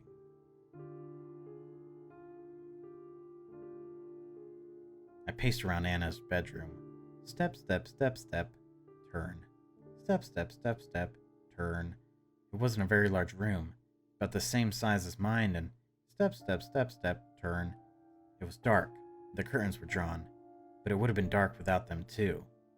The alarm clock's neon green digits hovering in the dark showed that it was 5:10 a.m. and that it was Monday. Step, step, step. Anna's bedsheets rustled. She mumbled something and sat up. Jack, why are you... I took in a deep breath. It helped me keep my voice from shaking as I answered. It's nothing, go back to sleep. What is it? Something is wrong, isn't it?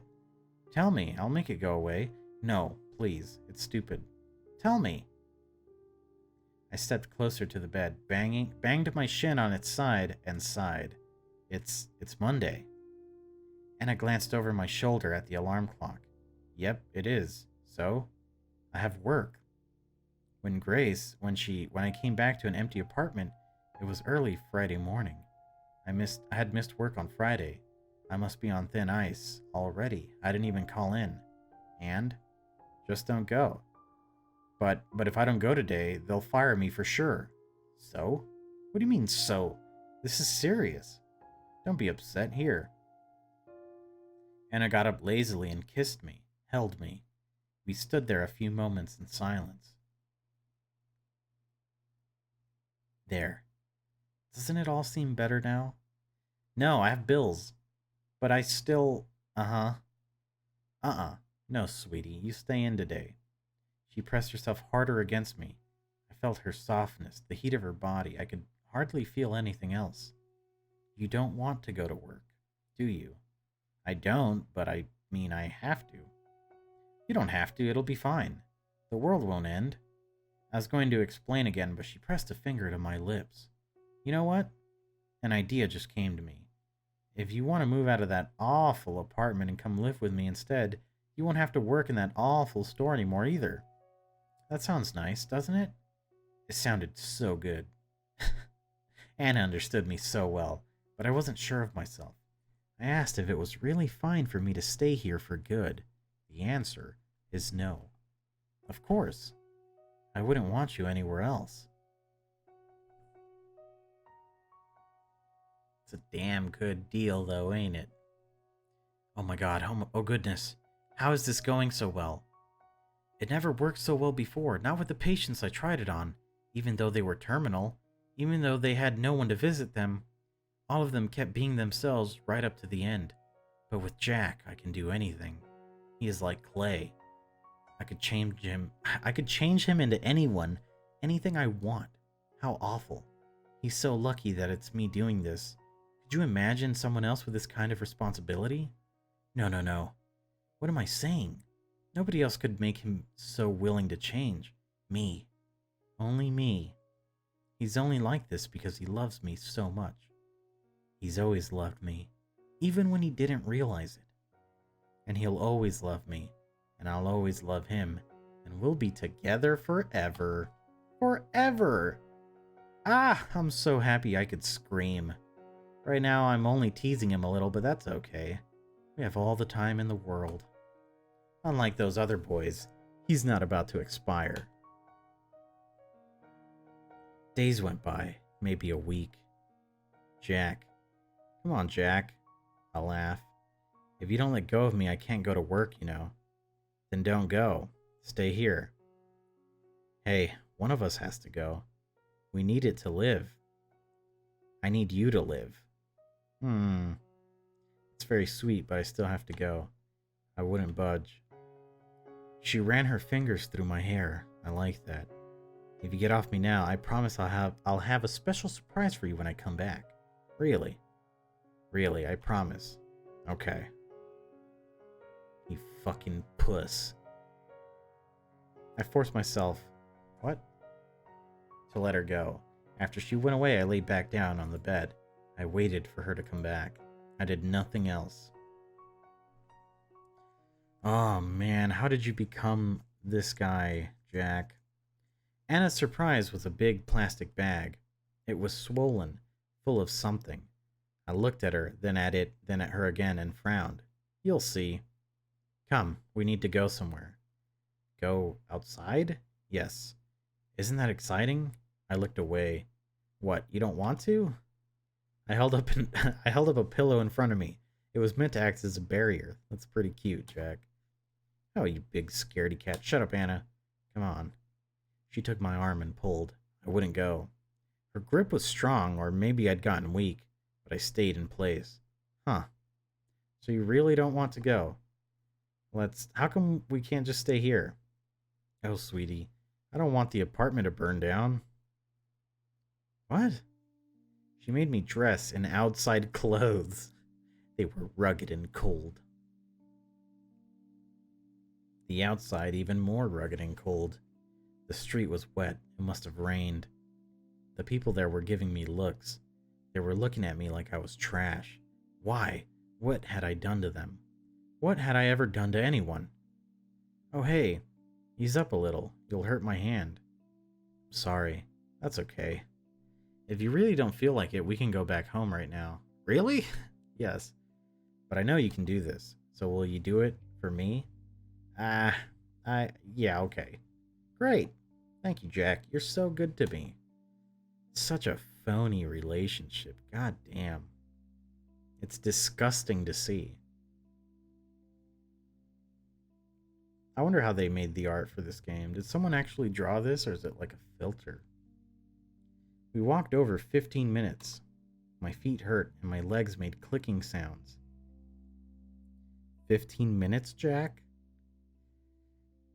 That's like, if you're really walking fast, that's maybe a mile. I hadn't really walked in over a week, but I didn't complain. We're almost there. Do you know where we are? I shook my head. Anna had led me somewhere I'd never been. Each street we passed was dirtier and grayer and more abandoned than the last, and the people looked at us all the more meanly. I thought they were going to hurt us. But Anna wasn't afraid, so I did my best to be brave too. Whatever she had in the plastic bag, it wasn't heavy. The bag was so full it was almost the shape of a big ball, but it still swung so lightly. What do you think is in there? Anna had noticed me looking. I don't know. Want to guess? I didn't. I told her I didn't. I told her I couldn't think of anything. Ah, well, you'll see soon enough. Our destination, I saw 5 minutes later, was an empty street. A whole street, blocks and blocks of it, completely abandoned. The pavement was cracked, the buildings that still stood were hollow, and everything was overgrown with weed. It was more a jungle than a city street. It was ugly. I hated to even look at it. Isn't it so beautiful? Yeah. I'll show you the best spot here. It's my favorite. But it'll be our secret, okay? You can't tell anyone else. I'll tell Grace, actually. Okay. I hate her. I just don't like her. I really don't. But she drives a hard bargain. I get to stay and play horror games and upload them while you go to work? Hell yeah. We passed through a tunnel-like opening set in a tall, wide building. Beyond it was a field of brown-yellow grass. It came up to my chest. Surrounding the grass were the sides of a large apartment building. This used to be its courtyard. The building was a mottled, ugly gray. It had most likely been a prettier color before it burned down. It had so many windows, none of which had glass in them. They gaped down at us, empty and dark. Anna's spot was a square patch of concrete in the middle of an overgrown courtyard. Over there, Anna handed me something from the plastic bag. It was a small gas container and a box of matches. Then she emptied the rest of the bag out on the concrete. When I saw the contents, my chest tightened and started to hurt. Anna, this is... Oh shit, it's all of Grace's stuff. On the ground were a few post-it notes, a pair of shoes, but mostly clothes. I had seen them before. They had belonged to someone I knew. It's been a week, Jack. You can't remember your... Who? Someone I had known an eternity ago. Too long to remember. But I knew these things were important. You know what this is? Yes. I shouldn't. It's fine if you still recognize them. Completely fine. You're not mad? I'm not mad. You fucking look mad. Give me that. Anna grabbed the gas canister from my hands. She poured the gas out onto the clothes and shoes and post-it notes down to the last drop. Then she tossed the canister aside and stepped away. The canister made a tinny empty sound as it hit the concrete. Tunk, tunk. After that, there was silence. Anna? Should I?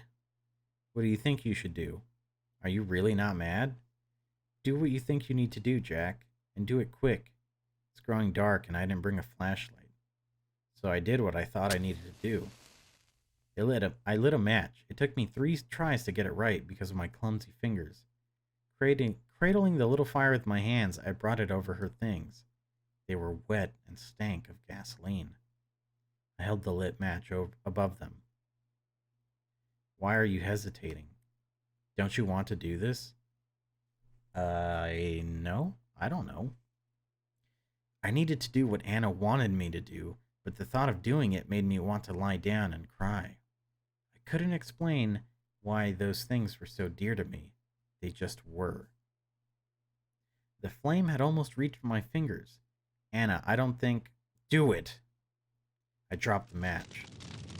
The little fire touched gasoline and bloomed. The sudden heat made me step back. Those things, those shoes and clothes and those little yellow notes were already crackling and turning into charcoal. Anna stood by me. I waited for her to scold me, but she didn't. She put her hand in mine, our fingers interlocked. You did well. I did? Yes. When it came down to it, you did what you should. I'm proud of you. A warmth filled my chest. My worry for those scattered pieces of nothing on the ground faded away. I was with the love of my life, and she loved me and was proud of me. How could I care about some...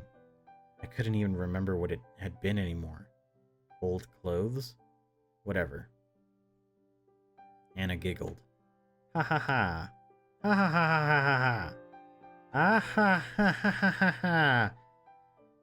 Ah ha ha. I'm not gonna do that. It made me so glad to see Anna happy. That's the furthest... You're a terrible judge of character. It made me glad to see Anna happy. I pulled her closer. After a good minute of laughing, she sighed as if spent and looked up at me. Wasn't that fun? Yep. The things on the ground had already gone out. They were black and unrecognizable. Let's go back home. Okay, Anna. Haha, you're so happy, aren't you? And why wouldn't you be? I'm happy too. The happiest I've ever been. Me too. The happiest I've ever been. Really? Yep. Thank you, Jack. That means the world to me. We went back, hand in hand. Before we walked out into the grass again, I looked back one last time at the things I'd burned. Something moved at the edge of my vision, up in one of those glassless windows. I looked again, but it was gone. This place is dangerous. Are there people here? You know what? There just might be. Bad people. We should get home as soon as we can. Yes, home. Where it's safe. Interesting. That little slut. I hope she had a good look at us burning all that trash of hers. At Jack burning it. God, I'm so proud of him it hurts. Oh my god. I can't believe I miscalculated, though. I thought Grace was gone for good. But then there she was in our hallway asking where Jack was and what I'd done with him. All this while, Jack was right on the other side of the door. Can you imagine what would have happened if I wasn't there? She would have knocked on the door or rung the doorbell, and she would have probably called out, too. It would have scared Jack so badly. I can't bear to think about it. Thankfully, I wasn't wrong about everything to do with her. She hasn't called the police. I knew she wouldn't. I just didn't think she'd come back at all. She was still as scared as a little lamb. Her hands shook while she demanded I tell her what happened to Jack. He can't be in there, can he? She stepped forward, but when I put myself between the door and her, she backed off again. I wonder how she didn't pee herself. She was so scared. Jack doesn't want to see you. What are you doing to him? No one's seen him since I went away. It's like he disappeared. He's been here the whole time?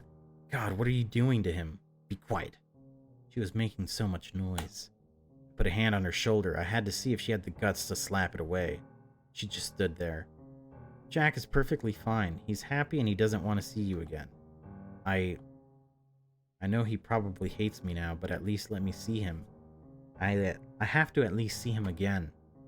So annoying. Loneliness has made her desperate, unpleasant. That's what being by yourself does. Look at dear Jack. We've only been together again for a short while and he's already such a sweetheart. And he was so prickly before. If you see him now, he'll tell you he hates you. Do you really want that? No, I don't want that, but then go away. Fuck her eyes. It's as simple as that, don't you think? Even someone like you should understand. Why are you so... I thought we were... She swallowed hard. I have to see him. Anna, please. Being alone made you into a real bitch, you know that? What? Or did it? Were you lonely after all? It really makes me wonder. With how little money you took with you, I was sure you'd be living on the streets. But you're clean, you don't smell more than usual. I'm living with a friend. What does it matter? That's a lie. You don't have any friends. Grace gritted her teeth and glared at me. She wanted to run away in shame. She's so simple, so obvious. But she couldn't leave with Jack so close. So, where are you staying? Whose cock are you sucking for rent? I'm not. Is it that wrinkly old man you worked with? It's nothing like that. I am living with Don, but I'm not. Oh, aren't you? Then how are you paying back his hospitality? You don't have any money. You quit your job too, I checked. I'm not paying back anything. Don't be shy. Oh, screw you. Move. How violent. It's a good thing I separated her and Jack when I did. Any more of this girl's influence and who knows what could have happened.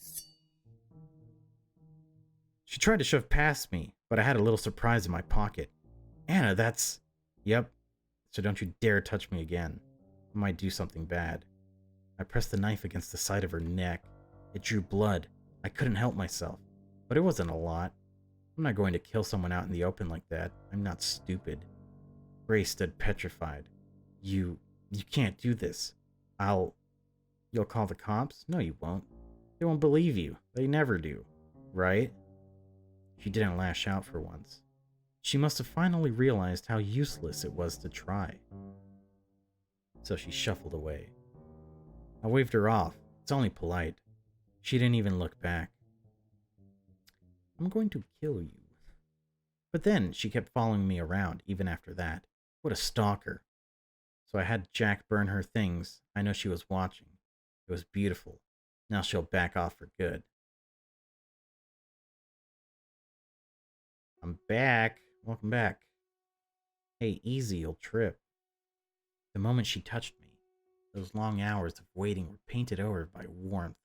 It made me so happy. Something smells good. Is it dinner? Yes. Oh, you remembered. I'm so glad. I'd made a casserole. Anna set the table and I served it. That was really tasty, Jack. Thank you. I wasn't happy with the meal. It was tasteless and the meat was tough. But Anna said she liked it. She was so kind. I wish I could help more. What do you mean? With money, I guess. I was being serious, but she laughed. That made me feel a bit stupid. Oh, Jack, money's no problem at all. I told you already, I've got a lot saved up, and the rent here is nothing.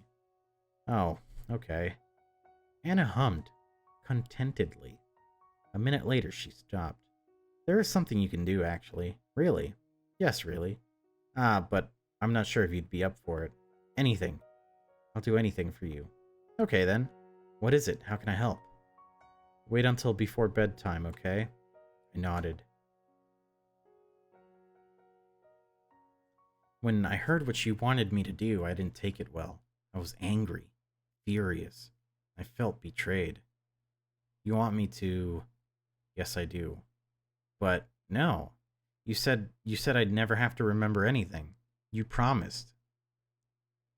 I got up from the bed and started pacing from wall to wall, never looking at Anna. What she'd said hurt. How could you lie like that? Oh, baby. Please don't hate me. I was shivering with anger. I thought I might faint. But I didn't hate her. I couldn't. So I stopped walking and faced her. I know I said what I said, but this is important. Don't you believe me? There is only one thing I could say. Yeah, I believe you. Thank you, Jack. I love you. One drop of water. I love you too. And I'm sorry. I'll be right back. I just saw a spider shuffle under the doorway into my room. It was a huge fucking black widow. I'm not happy. And I'm sorry. Don't say you're hearing Anna say she was sorry. For some reason like a punch to the gut. It tugged at my memory. She always said, I know, but that's not what I'm telling you to remember. You must never remember that woman. Forget all you have left of her. Then What I want you to recall goes much, much further back. It won't be easy, but when you do, when you remember, our love will be the deepest it's ever been. Don't you want that? I do. I love you. I want that. I want to love you even more. Tell me what I should remember. Anna embraced me with happy tears in her eyes, but she wouldn't tell me what I needed to remember. She said it would be pointless if she told me. I had to remember it all by myself. Anna ordered me to sit down in front of the alarm clock every day for at least an hour. I was to do this while she was at work. I was to have my eyes closed. I was to try digging back in my memories, far, far back. I did as ordered, but the first time I tried, the very next day, it was all so foggy in my mind that I couldn't even start. Thinking felt slow. It was like walking through molasses.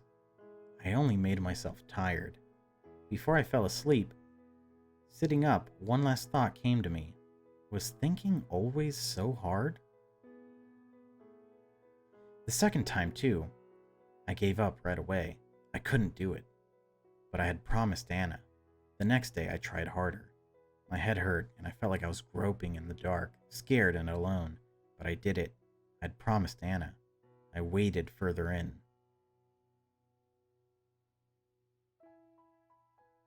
A flash of a smile made my chest hurt, but I kept going, for love.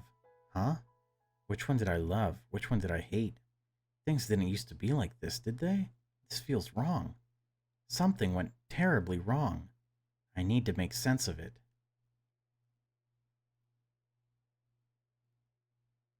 Days later, while going back in my memory, I reached a wall. A dam. I felt I shouldn't try to climb over it, so I didn't. There were things out there I didn't want to see, so I went back to the puddle I'd been searching through. It was a stew of love and fear and hate, given and taken, seemingly at random. It was a mess, but it was a mess in my head. I would make it make sense. Damn.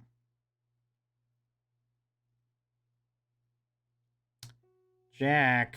Yes, Anna. Going to work. Aren't you going to say bye? Chapter 6 changed. Move. Oh, bye, Anna. And a goodbye kiss? We kissed, but I didn't mean it. Anna placed a hand on my forehead. Are you okay? You might have a fever. I can give you something for that. I smiled. I'm okay. It's just... What is it, trouble? You can tell me anything. Do you know that sandwich shop? Which one? Next to the... Next to the store? I nodded. You want a sandwich from there? Yeah, if that's okay. Well, there is always a huge line there. Pretty please, Anna. It would mean a lot to me. Oh, how can I resist? Of course, darling, I'll get you anything. What kind of sandwich do you want? Anything you pick. I'll get you something light. Hey! No. Chicken bacon ranch. Okay?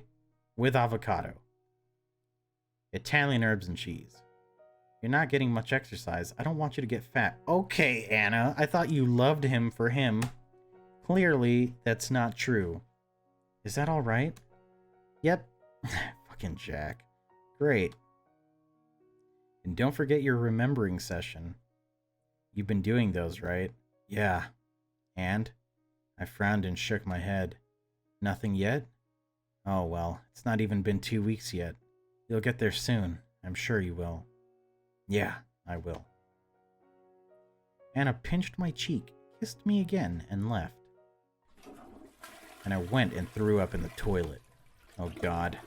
I brushed my teeth and washed my mouth 3 times over. I can't go on like this. I couldn't keep living here. I waited 10 minutes until I was sure Anna was gone, and I pulled back the heavy curtains. Down on the street, there was a single person looking sad and abandoned. I waved at her. She looked up, nodded, and walked into the building. Oh my God, is it Grace? Hi, Jack. I was so happy to see her I wanted to cry. Oh, Grace. We'd started seeing each other in secret 5 days ago. I knew how long exactly. I'd started counting the days again. That big cloud of confusion in my brain was gone. I wasn't Anna's dog anymore. It was Anna's own fault. What else could she expect, having me dig around my past like that? But it was scary how close I'd come to letting go. If things were a bit different, I might have kept being a half-mute idiot forever, and I never would have let Grace inside. When I first heard Grace's voice again, I thought I'd finally snapped. I thought I was hallucinating, but I opened the door, and there she was. Grace, I'm so happy to see you. After your message, I thought I'd never... Don't say that. Don't say anything, just for a minute.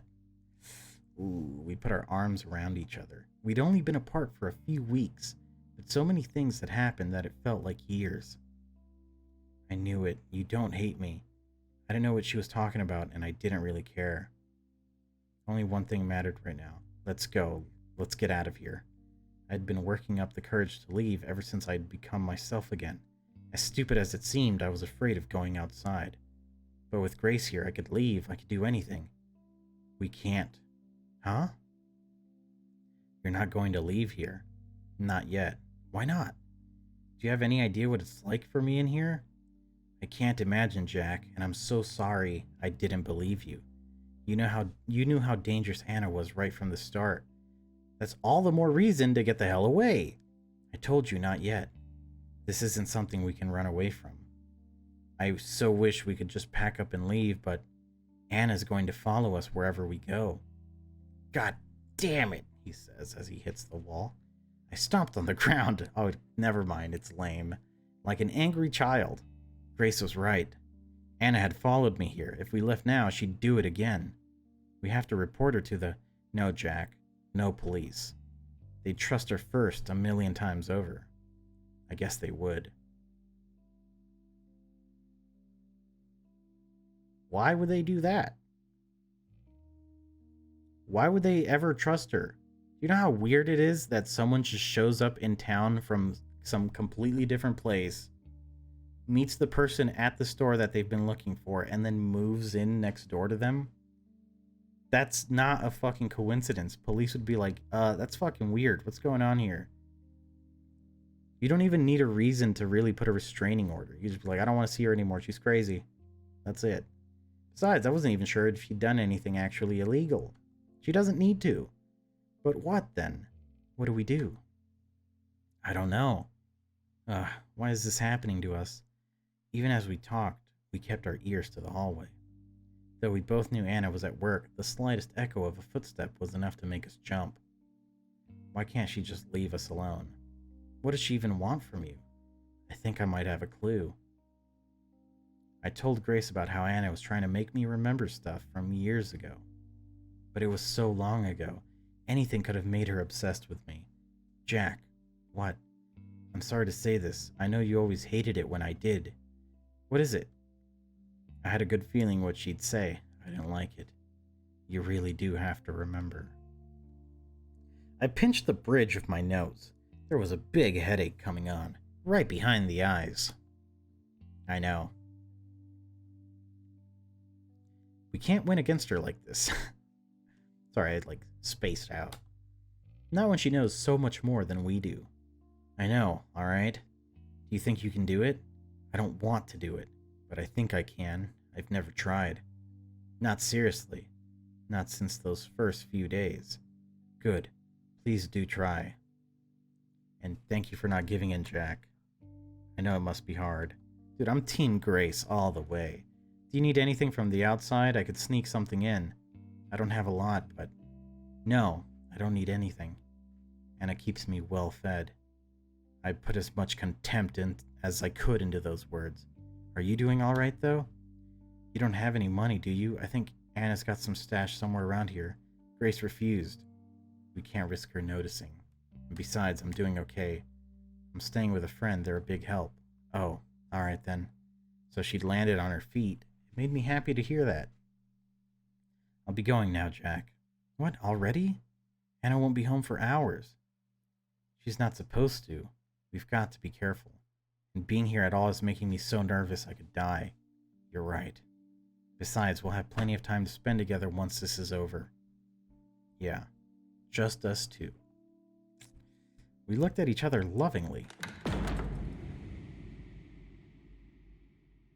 Then a door slammed shut somewhere in the building.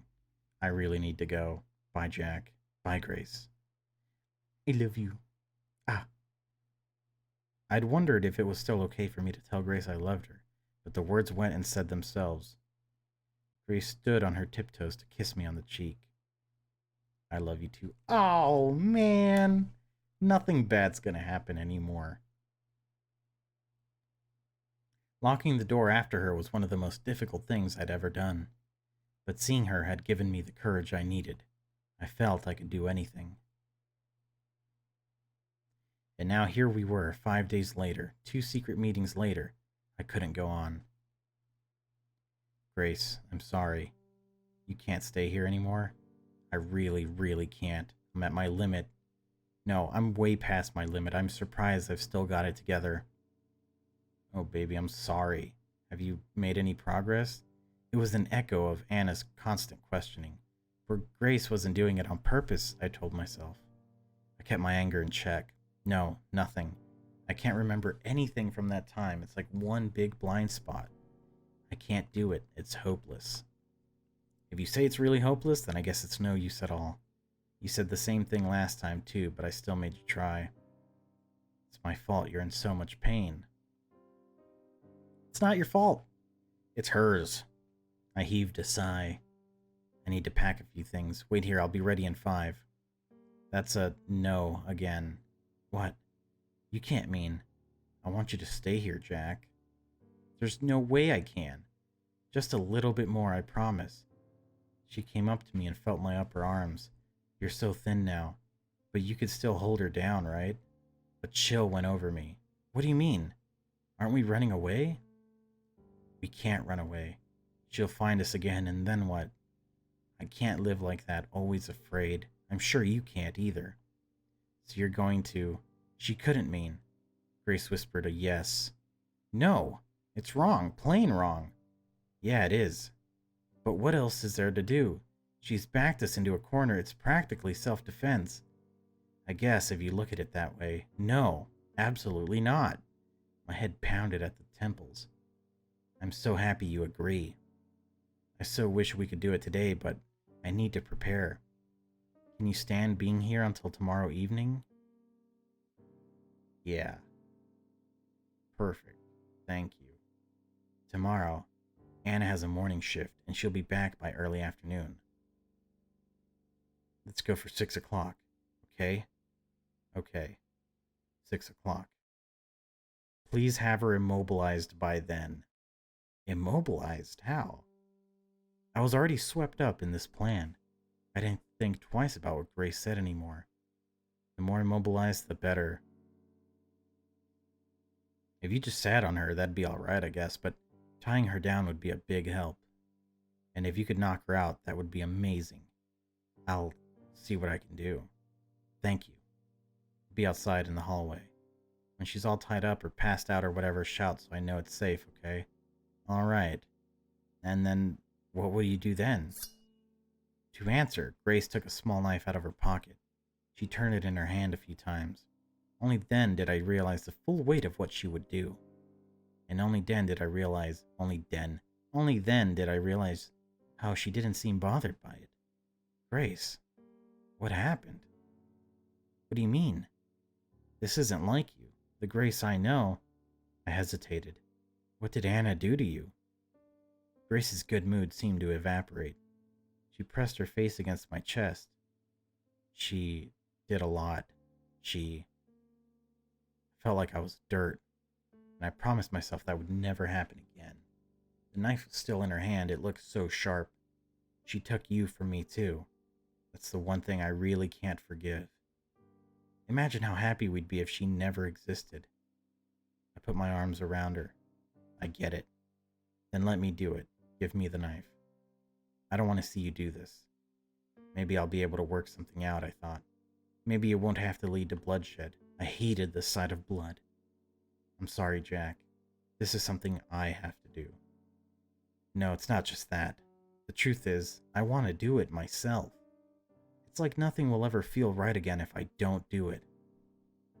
Grace put a hand on my chin. I leaned in closer, but she stopped me before we kissed. I love you, Jack. I love you too. Her skin felt hot.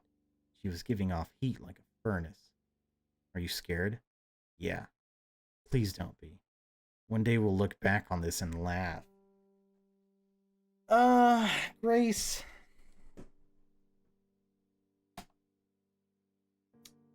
You've lost your goddamn mind too. And I guess I can't blame you? I can totally blame you. I wake up with a bitter taste in my mouth. One day we'll look back and laugh. I'm sure as hell not laughing now. That's a good thought to have. What the? No, it's you. Don't sneak up on me like that, Christ. You should laugh as much as you can, you know. It helps reduce stress. It's hard to find things funny with you around. Do you have to come here so often? I see more than enough of you in my dreams. That long, shameful month I spent with her keeps coming to me while I sleep. It's souring my mood. I can't even pretend around Anna anymore. Maybe I should write about it in the journal after all. No, screw that. It'd be too embarrassing to write it down. Jack, that's so sweet. Huh? What is? So you dream about me. God, she's like, damn. I have dreams about you too, every night. Yeah, but mine are nightmares. Looks like someone's cranky from having just woken up. You better not be so rude to your doctor, though. He's not as nice as I am. He might kick you out if you misbehave. I've seen him do that. That's fine. I might be happier out on the street. The doctor comes along soon enough. He has good news for me, he says.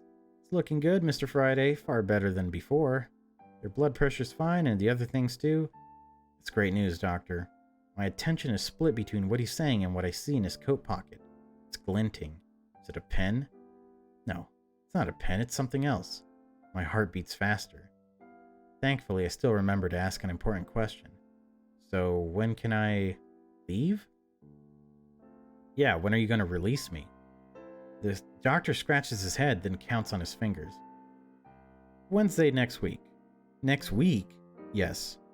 Wow. Thanks, doctor. You're welcome. It's way earlier than I expected. I'd prepared myself for being here for a few more weeks. Thank you so much. Here. I put out a hand for him to shake. After a second, he takes it. I pull him closer and he stumbles, nearly sprawling across my bed. It's a very sloppy handshake. Sorry, doctor. My bad. He coughs. It's fine. So he wanted to see what was inside the pocket, right? You've really helped me. A lot. All in a day's work. So yes, next week. And then you've got rehab. Rehab, doc? Oh yes, after you leave here, it's straight to the physical rehab facility for you. We don't have an inpatient facility here, but there's a great one on the other side of town. I'm sending you there. I'm not going home? No, of course not. You'd end up hurting yourself, or with a limp. Is that what you want? No, that won't do. That won't do at all. He jots down some notes. Wednesday, that's in 4 days. The nurses have been exercising you, right? They what? Huh? Exercising me? They haven't? He turns to Anna. What's this about, nurse? Excuse me? You should have been giving him some mild exercise. Well, you never told us that, doctor. Can't you tell by yourself? The doctor starts mumbling to himself while making more notes. Christ, I really have to do everything here, don't I? No, that's fine. Not like you're paid to do these things or anything. And how long will I stay there, doctor? He raises his hands as if giving up on me. It's always that with you, isn't it? Look, how long you'll stay at the facility is up to the people there. I can't tell you that. But don't hold your breath. I let out a laugh. Man, you're really going to milk me dry, aren't you? But you've got to deal with the other people over there, doctor. Don't you know I'm poor as hell? He makes a grave face. The thought never crossed my mind. I live only to help people like yourself, Mr. Friday, so I don't appreciate hearing such accusations. I'd like you to be more careful about what you say. Understood? I mean, he's got a point. The doctor has a point. Unless this is like a private practice and it's his building, he never sees any of that. If anything, I've seen doctors fight with a lot of health insurance companies. It's one of the saddest things you could watch. A lot of dentistry places do that too, where they'll They'll give you a root canal, but charge it as like a cleaning, like a dental cleaning thing, which super cool of them, but super illegal as well. Understood. Good. So don't hate on your doctor. He's not the bad guy. Unless it's a private practice, then he's milking you dry. And he rushes off, leather shoes creaking. Well then. Anna grabs hold of my right leg, the one that isn't broken. Hey, what do you think you're doing? It's exercise. You remember what the doctor said, don't you? Ah, right. Well, I suppose it's fine.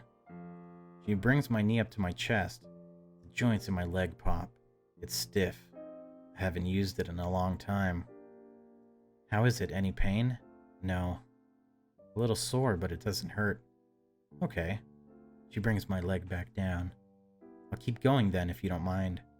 Keep going as you please. She repeats the whole motion, ever so gently. If this'll help me start walking faster, I'm fine with it. Her hands are on me when she helps me fold my leg up. My leg up. I need water and I need to stop. I've read a whole book to you. Do you get? I've been reading for almost 3 hours. This is truth.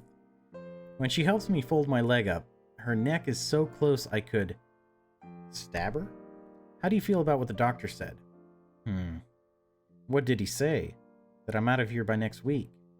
As whisper so the other patients can't hear. How does that make you feel? Are you angry?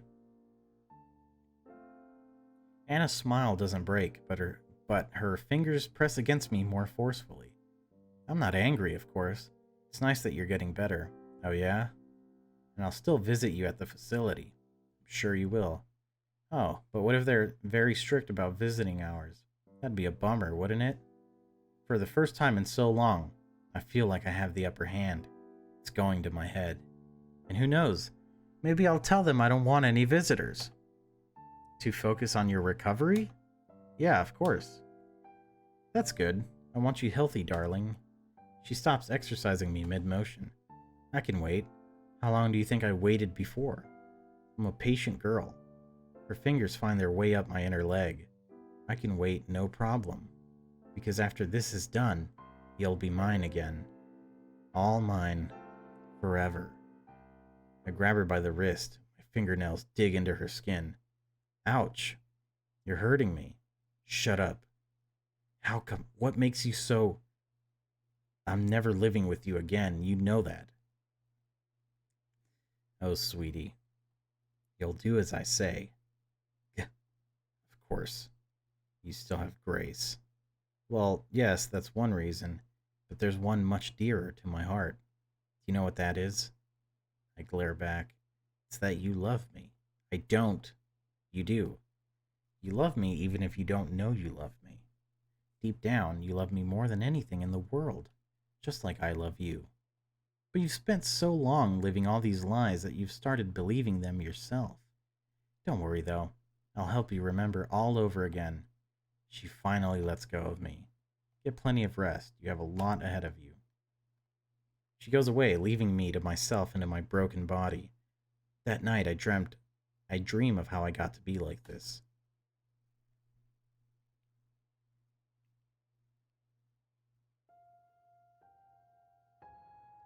Fuck. Page 2, Chapter 7. The evening of the day Grace told me we would kill Anna together, I worried so much that I got a fever. Goodness. I was laying down on the bed. Anna put a cold, wet towel over my forehead. I did think you had a bit of a fever, but you said you were fine when I left. I mumbled something. I might have been trying to tell her to stay away. It was seeing Anna, thinking about what we'd do to her, that had scared me so much that it made me sick. I was weak. I can't understand what you're saying. Whatever it is, you could tell me later. For now, just rest. My thermometer reading made her frown. If this goes up anymore, I'm taking you to the hospital. I croaked out that I was fine. Oh, sweetie, you will be fine, but only if you do as I say. Try to get some sleep. I'll get you some medicine and a nice cup of ginger root tea. Ew! That's bitter. Thanks. I'm not thankful. I managed to sleep for the next hour, though I'd wake up constantly. After that, I took a shower. The water was so cold on my skin it hurt, but Anna had warned me not to set it too hot, so I didn't. I put on a fresh set of clothes, then I lay down on the clean sheets Anna had laid out. Within 10 minutes, everything was clammy with sweat again. Anna didn't believe me. She didn't have a bad word to say, didn't even sigh, though I knew she was tired. She was a saint. She was being so kind to me, and I was going to help kill her. There must be, I thought, some other way. I couldn't let this end in violence, I just couldn't. So my fever-numb brain came up with the best plan it could. I don't know, Jack. Are you sure? Yes, I feel so much better now. I can take the day off, it'll probably be fine. It'll be okay, see? I handed over the thermometer. It was a mercury thermometer, and I had carefully let it reach only a near fever point. I didn't lie when I said I felt better, but I did still have a fever. Well, alright then. Please stay safe and call if there's any problems. Anything at all, okay? Okay. She left and I got to work. Doing what? There was a trace of my past somewhere in the apartment. There had to be. I didn't know where it was or what it would look like, but I hoped that Anna had brought something with her here. I was going to find it. Then I'd confront Anna with it, whatever happened after that. I wasn't going to let anyone get killed. I really should have done this before, I thought. It would have saved me a lot of grief. But it was no use thinking about what could have been, so I searched.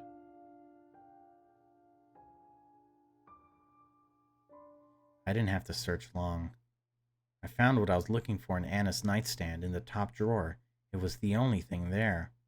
Anna had come to trust me so much that she hadn't bothered hiding it. Or she'd wanted me to find it. When I saw it, I didn't think it was the clue I was looking for. It was a picture book. A badly made one, too. Thick pieces of paper stapled together, the drawings smeared on with crayons. I read it on a whim. I was curious. By the last page, I wasn't curious anymore. This wasn't a picture book. It was a confession.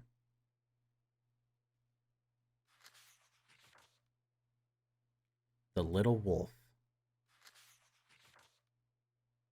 There was once a little wolf. That's cute. All of this is cute right now. Especially the little one. I'm gonna call it Nose. It had a mommy wolf, and it had a daddy wolf, but mommy wolf and daddy wolf didn't love Nose. Why is that? They didn't love it, and they didn't love each other, and they fought and fought and fought and fought, and then one day, something happened, and the little wolf was all by itself. But the little wolf didn't stay alone for long. One day, a family of sheep took it in. There was a mommy sheep and daddy sheep and the little lamb and the big dog named Buddy. They were a happy family, but they didn't like wolves. Daddy sheep said to the little wolf, "Wolves should all be locked away," and he also said, "You are lucky to be alive." They did not know that the little wolf was a wolf. So the little wolf played along, and it went baa-baa like a sheep and ate grass like a sheep, and for a while it was happy. But it wasn't happy for long. The little wolf was a wolf. It was hungry. It needed to hunt. It knew how to hunt, too. It had even seen Daddy Wolf hunt. It had seen him do all kinds of things. The first thing that the little wolf hunted was the big dog named Buddy. Mommy sheep and daddy sheep were really scared. "Oh no," they said, "there are wolves around. We should be careful." They didn't know the little wolf had done it, but the little lamb did know. The little lamb didn't like the little wolf. The little wolf was afraid. The little lamb was going to tell mommy sheep and daddy sheep everything. And it did tell them, but the sheep didn't believe the little lamb. They didn't believe one word. Why is that? It's a good question. And days passed, and weeks passed, and the little wolf was hungry again. Very hungry. And so one night, he went to mommy sheep and daddy sheep's room. It ripped them open while they were sleeping. It got their blood all over itself. And then the little wolf went to the little lamb. The little lamb was awake. The little lamb had heard the noise of its parents being hunted. It saw the blood and it smelled the blood too.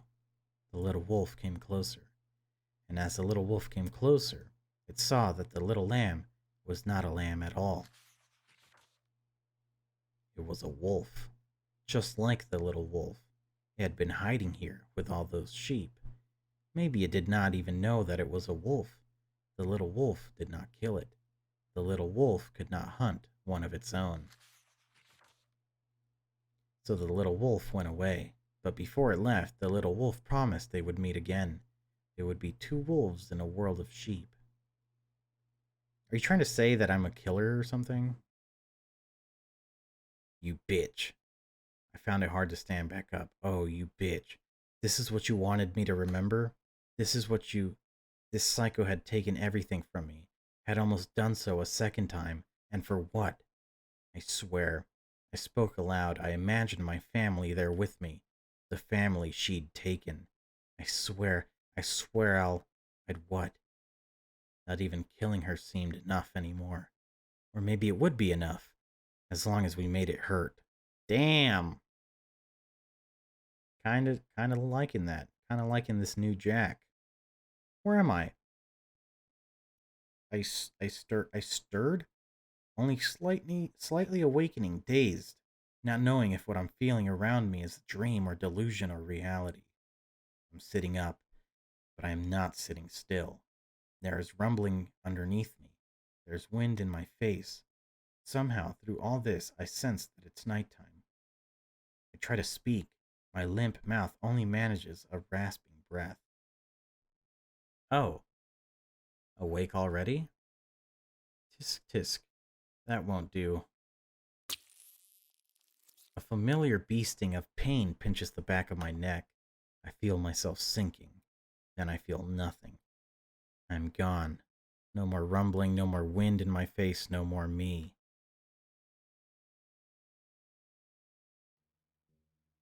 By the time Anna came home, I'd been stewing in my hate for hours.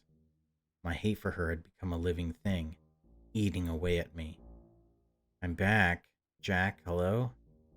I tried to say hi back, but I couldn't. If I said anything at all, the hate would come spilling out of me, and it wasn't time yet. Where are you, Jack? Anna sounded worried. This made me happy. I couldn't fake it anymore. If she saw me, she would know. I ran to the bathroom, slammed the door shut, and locked it. I'll be here, I thought. Until it's time, I'll stay here. If I see her, I'll lose my mind. Anna's footsteps came pattering over to where I was. Sweetie, are you okay? She tried the handle, found it locked. You're still sick? No, I knew I shouldn't have gone to work. There was a pause, then she tried to open the door again. Hey, at least say something, you're scaring me.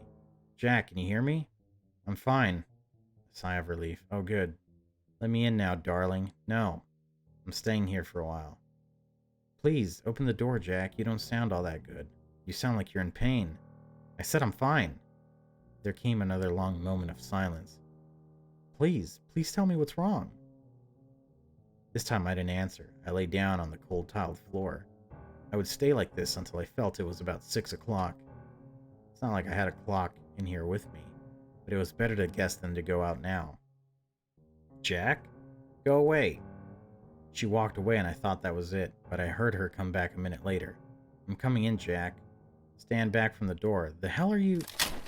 Something large and heavy struck the door. Stop it. It struck again and then once more. The flimsy wooden door was starting to cave in at the handle. Any more and it would splinter. Anna, stop! There was a dull thud as she let something heavy drop to the floor. Come out then. I hesitated. All right. She grunted as she picked her tool back up again. No, wait. Stop. I'm coming out. The door handle was smashed so badly it almost refused to open. Oh, Jack. Anna dropped what turned out to be a sledgehammer. Dropped it next to her purse, which was on the floor. She all but jumped on me with open arms. Don't do that to me again. Do what? Use the restroom? I backed off away from her. Something is wrong. I can feel it. Oh my god, look at her eyes. Jesus. What happened, Jack? Nothing happened. Is it your... She went to feel my temperature with her hand, but I slapped it away. Don't touch me. My words stunned her for a second.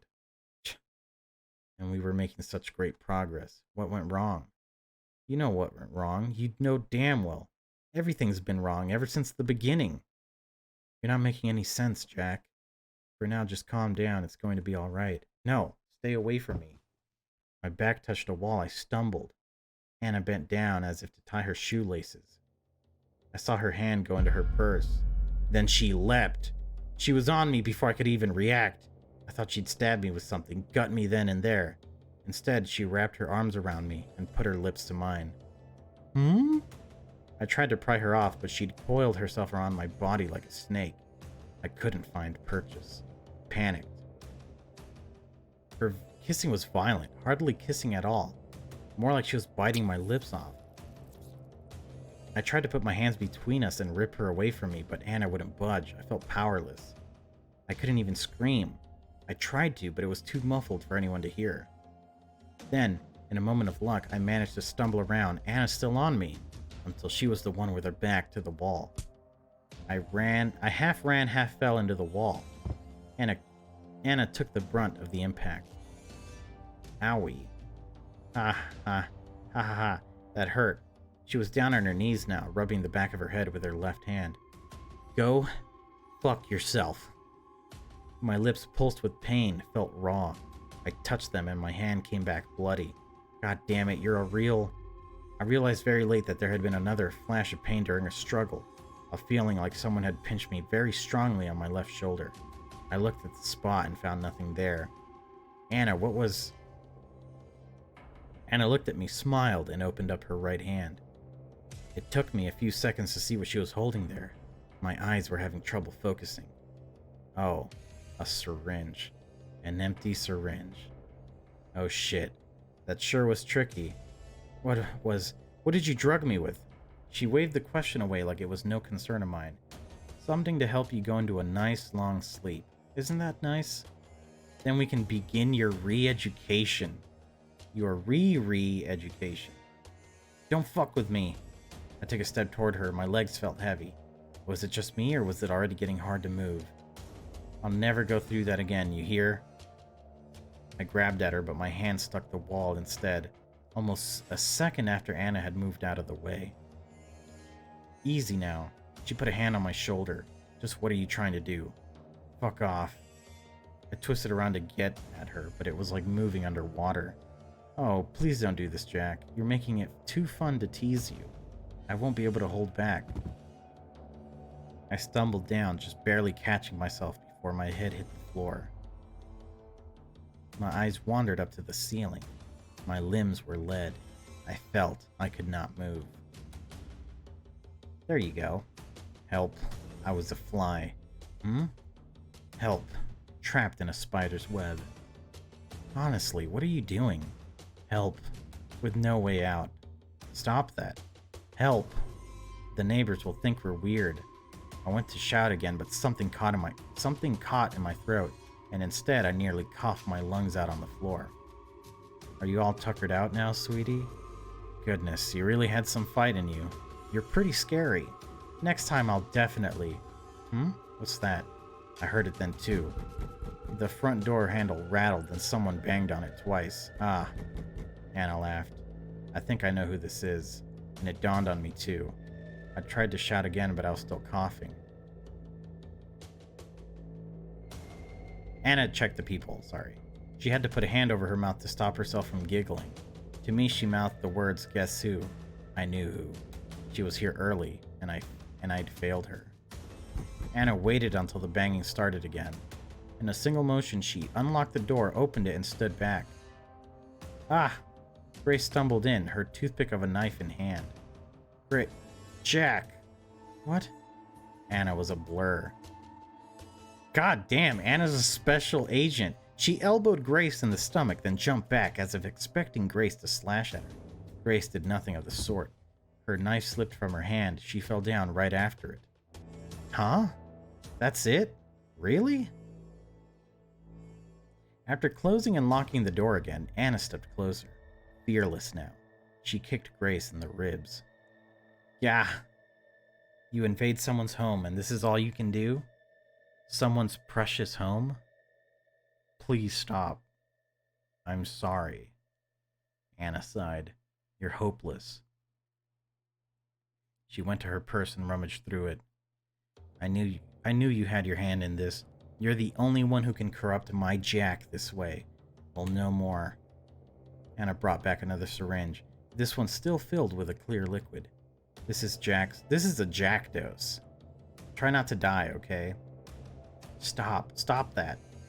I had managed to stand back up. I wasn't going to let this freak hurt Grace. Leave her alone. For Christ's sake, don't do that. Do what? I looked again. It had already been done. The syringe was empty. She's Lightning McQueen. I'd been too slow. Sit down and be a good patient boy again, while I decide what I'll do with this girl. Anna wandered off into another room. She shouted from there. Do we have any rope, Jack? I'm sure I bought some. I rushed to where Grace was on the floor. She wasn't squirming in pain anymore. Instead, she was lying down incredibly still. For a second, I thought she was dead and my heart sank, but she was still alive. She was breathing quick, shallow breaths. Her eyes were closed but fluttering. Shit. I needed to get her to a doctor. I looked up to the entrance. By some miracle, Anna had left the key in the door. What about duct tape, Jack? Hey, Jack? I managed to turn the key in the lock, even in the state I was in. I turned back to Grace. Though she probably couldn't hear me, I had to tell her something. Grace, I'll go get help. I'll be back soon. I couldn't carry her out. I was on the verge of collapsing on my own. The best I could do was get someone down on the street to help me. I turned the handle using both hands. The door wouldn't open. What the? Oh no. The door was bolted shut. Anna must have added the bolt lock on her own. Mine and Grace's apartment didn't have one. I tried to unlock it, but my fingers wouldn't move like I wanted them to. I tried and tried again. At best, I managed to get my nails caught on the bolt, almost ripping them off. I nearly cried from frustration. Damn it! Damn it! Damn it! On the verge of giving up and letting go, I looked around the small apartment and found my means of escape. I'll either have to use my really nice cuffs on her or go to the... Jack? Where are... Oh shit. Anna had seen me hanging out the windows legs first. She ran over to me. I slid further back. Jack, you'll fall. Yeah. It was a miracle I'd managed to slide back the curtains and open the window with my useless hands. Stay away from me. I was holding onto the windowsill with open palms and I was slipping. No, you'll hurt yourself. Take my hand. I glanced at the street below. When I had gone to climb out, it didn't look like much of a drop. This was only the second floor after all. Now I wasn't so sure. There was so much empty space between me and the hard concrete. Take my hand, Jack. Jump, dude! If I landed well, though, I'd be fine. You're not gonna land well. Probably. What are you waiting for? Anna grabbed my wrists. Why? Damn, my hands let go. I was not connected to anything. I floated. Yeah. The impact knocked the wind right out of me. There wasn't much pain, but I knew I'd landed badly. I looked down at my body. My leg was a shape no leg should be. Yeah, thinking like a right angle. I came back to consciousness, gasping for air. I look at my leg. There's a blanket over it. I push the blanket aside. My leg is there in a cast. It's ramrod straight. The sight calms me. Only then do I realize that I'm not in my hospital bed. Chapter 8 all together now. Ooh, I think we're close. But I'm gonna get some fucking water because I'm dying out here. Okay. Only then do I realize I'm not in my hospital bed. I'm in a wheelchair in some abandoned place. It's cold. Good morning, sleepyhead. Anna is there with a large sack of who knows what at her feet. I wait until my breath is back before speaking. Of course you're here. Has there ever been a bad moment in my life without you? She says nothing, only smiles.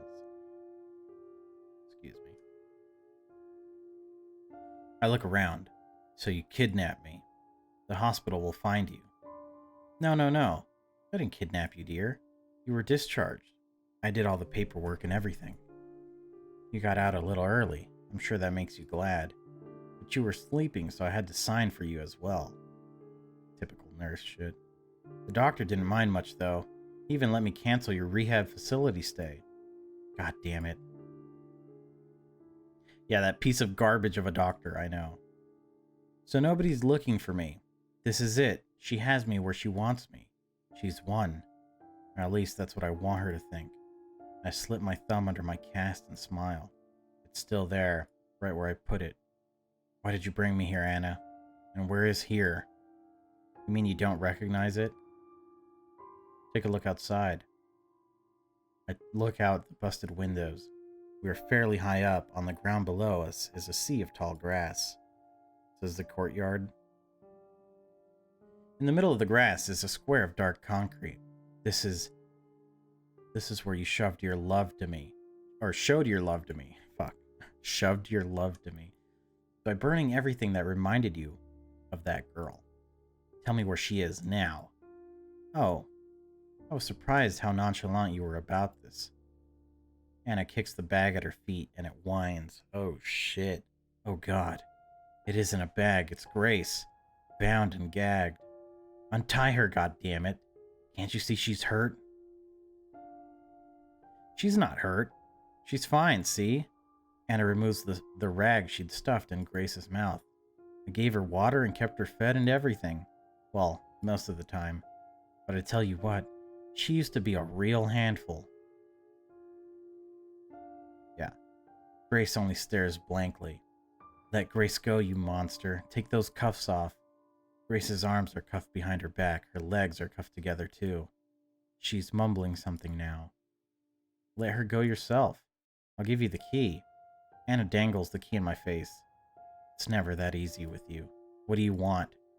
Are you serious? Are you actually serious? You're asking me what I want, Jack? I want the same gosh darn thing I've been telling you all this time. I want you to remember us. Well, I remember. You do? My feelings come pouring out of me. I've kept them bottled up for so long. Yes, I do. You killed my family, my father, my mother, and even my fucking dog. There. Are you happy, you sick freak? I saw your little picture book. That's how you have fun, is it? Reminiscing? Is that why you want me to remember too, huh? So you can see me scream and beg for my life? Well, fuck you. I'm not begging for anything. I think it's actually the other way around. I think we killed her parents. I take out the scalpel I stole from the doctor and hid under my cast. If you come any closer, I'll gut you, I swear. Now let Grace go. This is between you and me only. She has nothing to do with it. Don't ruin more people's lives than you already have. Jack, I'm not asking twice. Do it. Oh, Jack. Anna heaves a resigned sigh. You really know how to disappoint a girl. When you said, darn it. I should have known, but for a second, what the hell are you talking about? Jack, you... fine. I'm done trying to do this, even though it would have been so romantic. What do you... I feel something bad coming. She reaches into her purse, taking out something small. She lets it fall to the ground. It's my journal. My hands are shivering. I don't understand. Jack, what? You've got it all wrong, even after seeing the picture book. I didn't kill your family. You killed mine. Yeah, it's not super surprising. Her words are the ones I hadn't considered. I hadn't dared consider them. But now that they've been said, I know that they are true. And that truth hits me like a bullet between the eyes. The dam I've had in my brain for 15 years breaks, spills over. Memories come gushing out. Where am I? I'm somewhere dark and cramped. A hidey hole. I'm hiding. I'm back there. I don't think I ever really left. Where are you, Jack? Stop running away. No. No. Please don't let him find me. Please. Please times 30. There you are. Pain. So much pain it makes me vomit. I'm not used to it yet. I'll never be used to it. I don't think anyone could live with this pain. I can't. Mom, help me.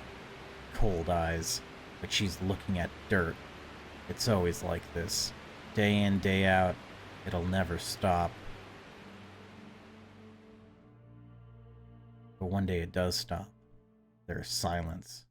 Nothing but silence. A quiet so bottomless, it lets nothing exist, especially not me. It isn't bad. There is no pain.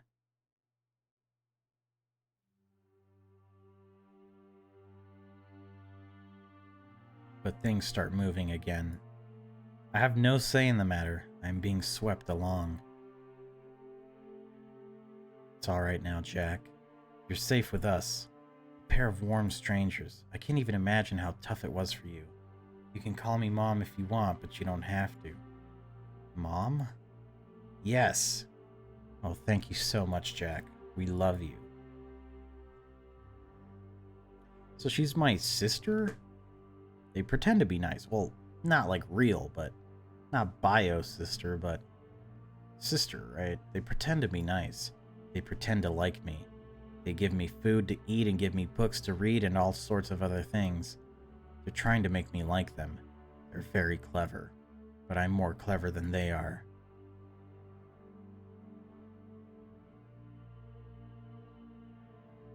Somebody kills their dog. I like the dog. They must have killed the dog. It's what they'll do to me too. I know what they're like, what they're all like. I don't want to die. I've got used to living again. So one night I take a knife.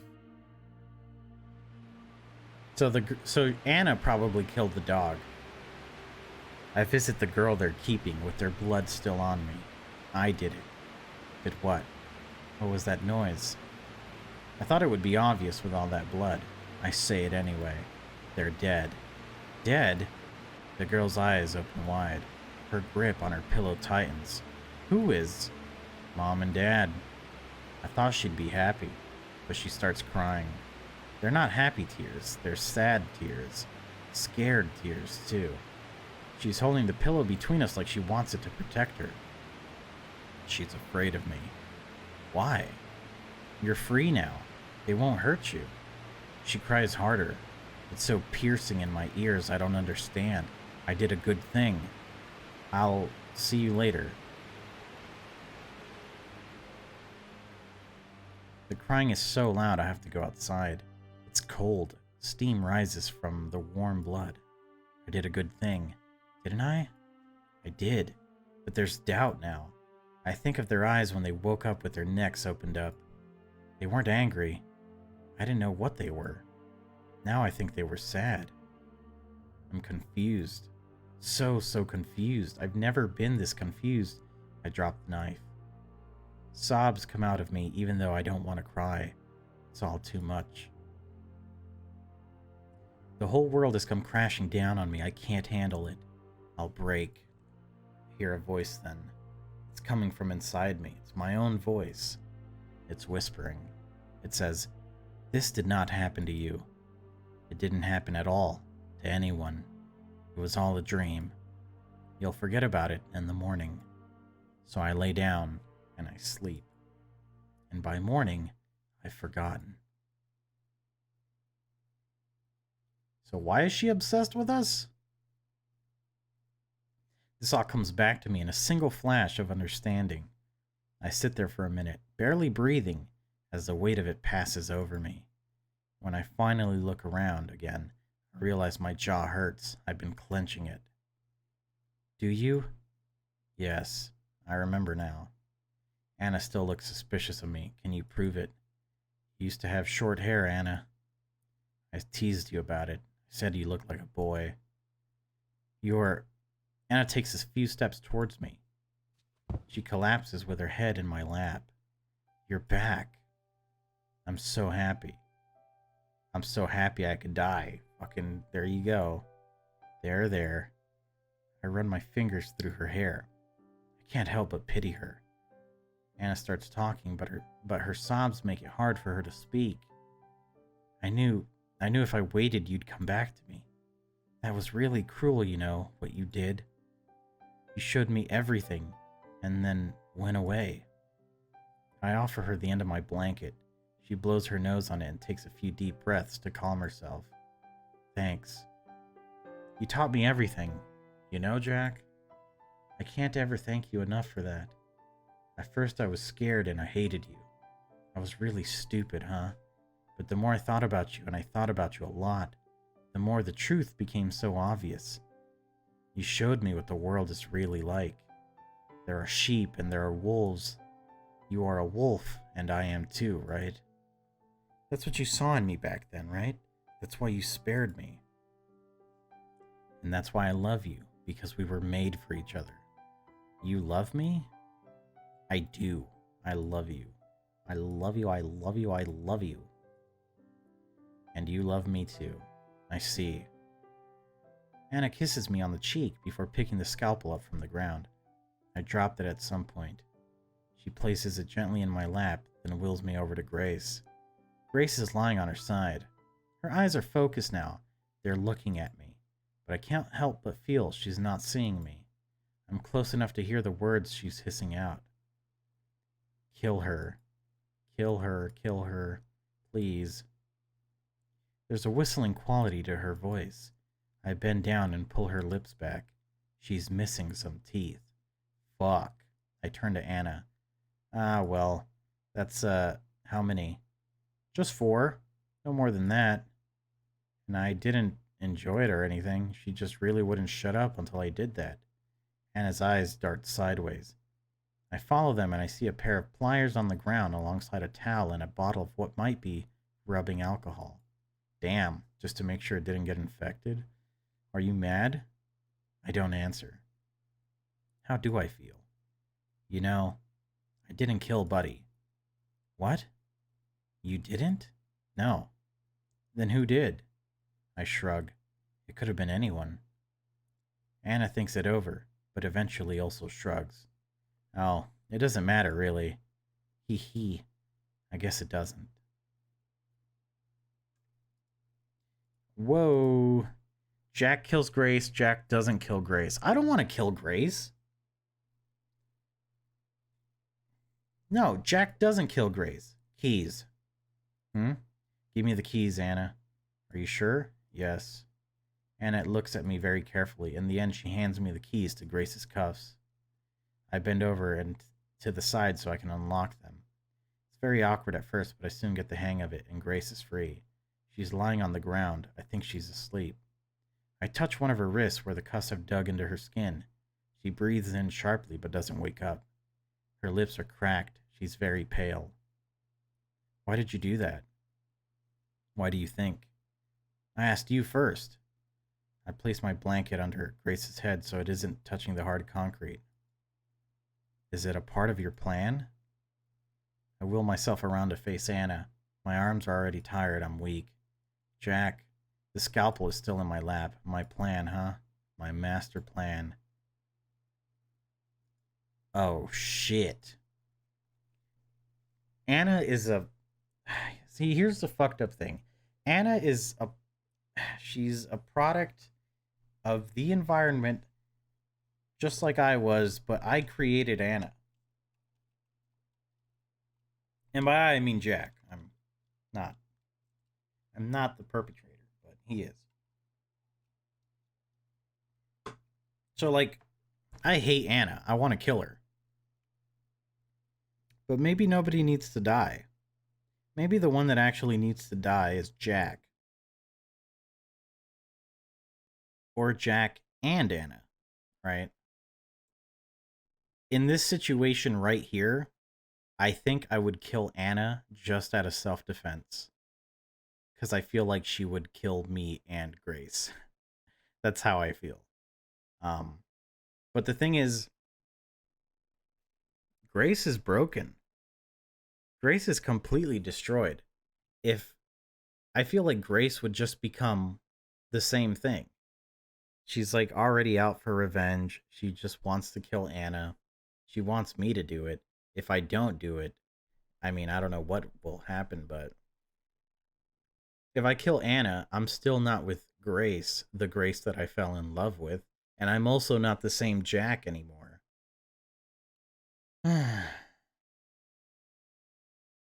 guess that's why we have options, right? I'm gonna go ahead and kill Anna because of self-defense purposes. Yes, I guess this is part of it. Though my arms are heavy, I manage one quick swing. Ooh. Ugh. Huh. It's a good swing, too. Anna doesn't even have time to bring her hands up to her throat.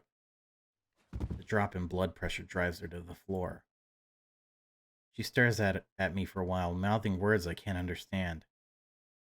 Less than a minute later, she stops. She's gone. Phew!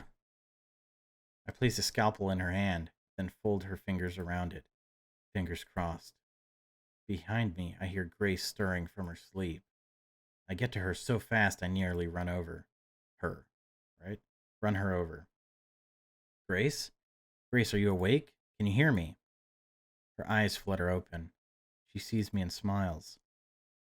She's gonna be crazy. So you're saying she did it to herself. Why? Why? I don't know why. Maybe she saw no way out. I say the first thing I can think of. I'm too tired for anything else. Yeah, you sure had her cornered, eh? The inspector taps at my wheelchair with his foot. He seems me as harmless, or I hope he does. I hope he'll let me go soon. He doesn't. Yeah, dude, I mean, you killed her. There's no way you're gonna get out of this for free. Come on, Friday. That can't be it. Give me the whole story. I repeat what I said. Anna killed herself. I don't know why. She must have lost her mind. The inspector doesn't look happy. He's been questioning me for hours.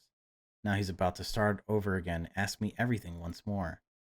I can tell he's going to do it. He's done it so many times. But a knock on the door interrupts him. Someone's calling him out. Don't go running off now. He laughs as he walks off. A minute later, there's a crashing sound like someone's thrown a chair. Within the hour, they let me leave. Visiting Grace in the hospital. She's being treated for fatigue and dehydration. Hey, you'll be out soon, right? What do you want to do when you get out of here? What's the first thing? She makes a happy sound. No, I thought about it a lot, but I don't know. I'd like to do anything as long as it's with you, Jack. I squeeze her hand. I want us to go on a long walk somewhere. Grace looks down at my leg. Yeah, I know. But I'll be walking again in no time. You'll see. Can't wait. Going on a walk would be perfect. A long walk somewhere far away. Even when she smiles, she doesn't show much teeth. Because they're gone. She must be self-conscious about how she looks with 4 of them gone. I don't remember all that well, but I think at least one was a front tooth. Poor girl. Hey, Jack. Hey. I know what you did, you know. What? I saw everything. You saw what? She brings a finger to one side of her neck and slides it across to the other side. You see? She's not the same girl anymore. I saw that. The meaning is clear. And? Thank you. I hoped for so long that you'd come save me, and then there you were. You were so brave, it was amazing. I never could have done that. That's it? That's it. What, were you worried I'd tell someone? Jeez, you should know I wouldn't do that. It was my idea to kill her in the first place. Shut up! Shh. Grace. And I love you too much to tell on you anyway. I told them Anna killed herself. That's why you put the knife in her hand, isn't it? That was very clever of you. And now she's gone and there's nothing in our way anymore. Isn't that amazing? Yeah. Hey, Jack. I did think of something to do when I'm out after all. It's that, Grace. I'll hold you close, and I'll never let go of you ever again. Literally what I said would happen. She's got the most innocent smile I've ever seen, and yet it's really not. I see. Well, I guess this is fine too. I smile. You like the sound of that, don't you? Yeah, I was just thinking. Yeah? Things are going so incredibly well. It's like the whole world is bending over backwards for us. Even though what, Jack? No, it's nothing. We have every right to be happy, don't we? We do. We deserve this, the most out of anyone in the world.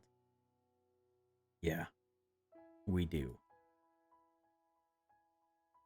We talk and smile and laugh together, two people on their way to a happily ever after. But then... No? Okay. So, I didn't want to start with this one, but let's kill Grace. I plant the knife. Grace's neck blossoms red. It's the third time I've seen this strange sort of fountain. I forgot how pretty it was, but the smell is still awful. Shut up with the sound effects. Anna crouches down next to me again. You did well. Your shoes are wet. It doesn't matter. Now that you've come back to me, nothing else matters. I love you. Damn! Fuck. Alright, so we have, like, multiple. Let's, I think we all know what happens if Jack kills Anna. He just goes to prison for a long time, right? Let's Jack doesn't kill Anna. Let's have her stomp on her nuts. I love you too. She's my dom. Jack, what is it? I'm tired. Hang in there, you're almost done. Anna's shoveling dirt onto a spot on the ground. Help me. I would if I could. When she's done, I hand her a towel so she can wipe the sweat off her face. Great work. Thanks. But don't you think it's a little obvious? The mound of dirt is the only spot that's not overgrown with grass or weeds. It's obvious, but it doesn't matter. No one ever comes here. I see. Anna's wheeling me away. She's humming as she walks. We're on our way home. It's good to be back. I'm sorry I took so long. That's okay. Anna brings her head down next to mine. How long you took doesn't matter. You're here now, my love. She's cute. I want to tease her. Hey, you're taking me to the rehab place, aren't you? No way. I'm never letting you out of my sight ever again. What if I want to meet some cute girls there? If you do that, I'll bury them too. I'll bury them too. I'd expect nothing less. But keep in mind, I'm not going to let you baby me like you did that one whole month. What the hell was that about? Sorry, Jack. I couldn't help myself. You were so helpless and cute. Yeah, I sort of get it. This is like your typical Tumblr relationship, right? Don't think I'm helpless now, though. Of course you're not. Just wait until I can walk again. Then you'll see. Rar XD. You'll help me walk again, right? Of course. I learned all about that. I've been very busy, you know. I know. Very busy. You've been busy all these years, haven't you? Yes. I tried to make myself into the perfect girl for you. Did I do well? You did well. I'm proud of you. Anna beams. You must be disappointed, though. All you get is me. That's not true. You're perfect the way you are. You can't not be perfect. That's what you showed me that night. You were like an angel of death. This couldn't be more fucking middle school emo. You were just so deviantart that night. Anna sighs with pleasure. She's not looking at me. Her eyes are closed. Hurry up, Anna. It's cold out here. Yes. Don't worry, we'll be home in no time. I can't wait. Anna pushes my wheelchair forward. We're going into the life I chose for us. Two wolves in a world of sheep. Yeah. Unbelievable. Okay, so let's kill Grace. And then let's kill Anna. Anna looks down at her bleeding throat. She's surprised, but not too surprised. Whoops. My hand slipped. She opens her mouth to speak. Red comes out. Shh. It's all right. Let it happen. Anna reaches out to strangle me, to caress me, but her hands fall short. She grips the edge of my wheelchair instead, and when she falls back, she takes me with her. Ow. I'm lying on my back. My left leg, still in its cast, points up to the ceiling. kind of comical. Damn. I had a feeling it would end this way, but that's okay. I made the world a better place. I glance at Grace and Anna. They're still twitching, but their eyes are like glass. I'll see you later. My world goes red, then black, then nothing.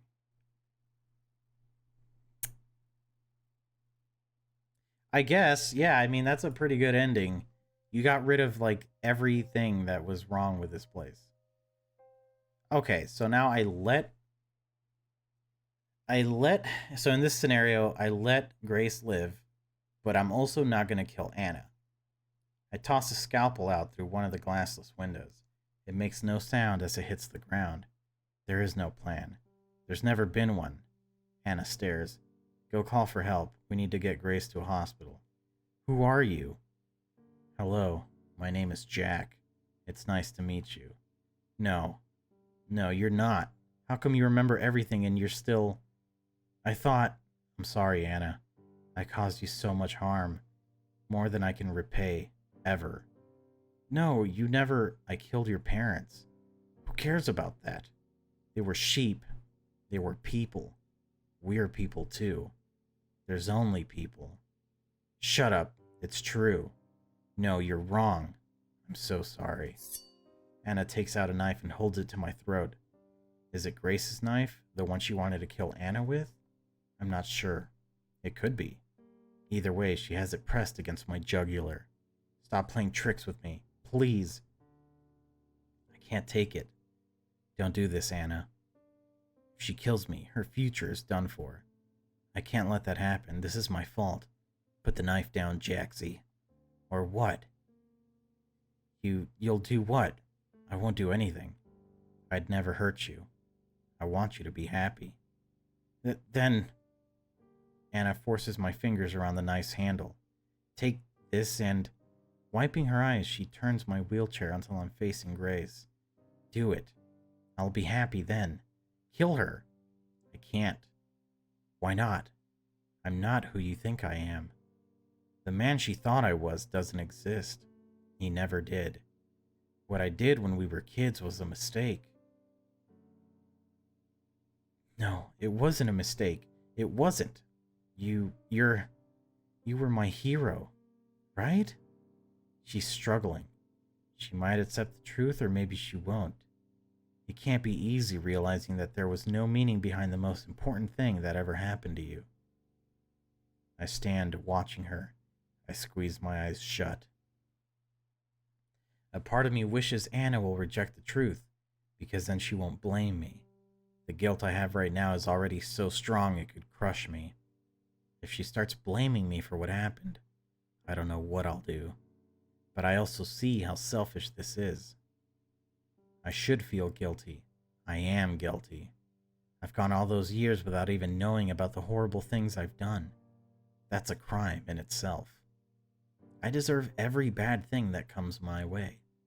I should be shot. I should be hanged. Worse things, too. And I don't have the right to complain. I realize I'm still holding the knife. What if There's a hand on my shoulder. I don't want to look. I look. Damn. It was all a dream. A cool breeze wakes me up. Thank God something woke me up. I hate being stuck in the past. You're finally awake, Jack. Did you have a nice dream? Should I tell her? I don't remember. I was about to wake you up myself. You can't ask us to come out here and then spend all day snoozing. It's not fair. I laugh. Sorry. I'll make it up to you next time, alright? Well, okay then. If you say so. Grace flashes me a smile. She's got all her teeth again. She used to have an outline of a wound on her neck, but that's gone now too. Not a trace of it. You could say that about all three of us. Not a trace of anything. If someone came walking by, they might think we had no worries or regrets or anything bad in our lives at all. The girls are up on their feet. I try to get up too, but I'm having trouble. Need some help? Please. Anna takes my right hand. Grace scrambles to take my left. They pull me up together. We slowly start walking back. I really have slept a long time. The sun is much farther in the sky than it was. It's casting long shadows. There are people watching us from afar. When are we going to do this again? I don't know, when we can. Promise it won't take too long? Yeah, I promise. This seems to satisfy her. I take in a deep breath, my lungs fill with fresh air. I love it here. It's so peaceful. There's nothing around for miles. Well, almost nothing. There is that one building. It looks like a mansion. You wouldn't think it was anything else. It's great out here, isn't it? It's pretty nice. Yeah, it isn't home, but I really like it here. And I've met so many new people. You know, if there's one thing I've managed to learn here, it's that you need as many friends as you can get in life. A whole bunch of people to love. It makes everything so much easier to bear. And you might get hurt, sure, but that's just how life is. I guess to most people, this is all extremely obvious, but it took me a long time to figure out. At one point, I even thought I could make it through life alone. And maybe I could have made it alone, but I didn't have to. Grace showed me this. Grace taught me how sweeter life was when you had someone to share it with. But even after learning that, I was still cold and rude to people. I was cold and rude to the people I worked with, and to the other patients in the hospital. I was like that with anyone other than Grace. There was no way to live. It was Anna who, in her own way, taught me that I had to change. One person to share life with is not nearly enough. It's like building a house with only a single thin wall. A house with only one wall. That's the metaphor I've heard used. I think it's a good one. If there's only one relationship in your life that really matters, and something happens to that relationship, your whole life can crumble just like that. If I had known this from the start, things would have gone a lot better. But I didn't know it, so that's that. There's no use beating myself up over it. Not over that. I should be grateful instead. I don't think I'll ever thank you two enough. Thank us for what?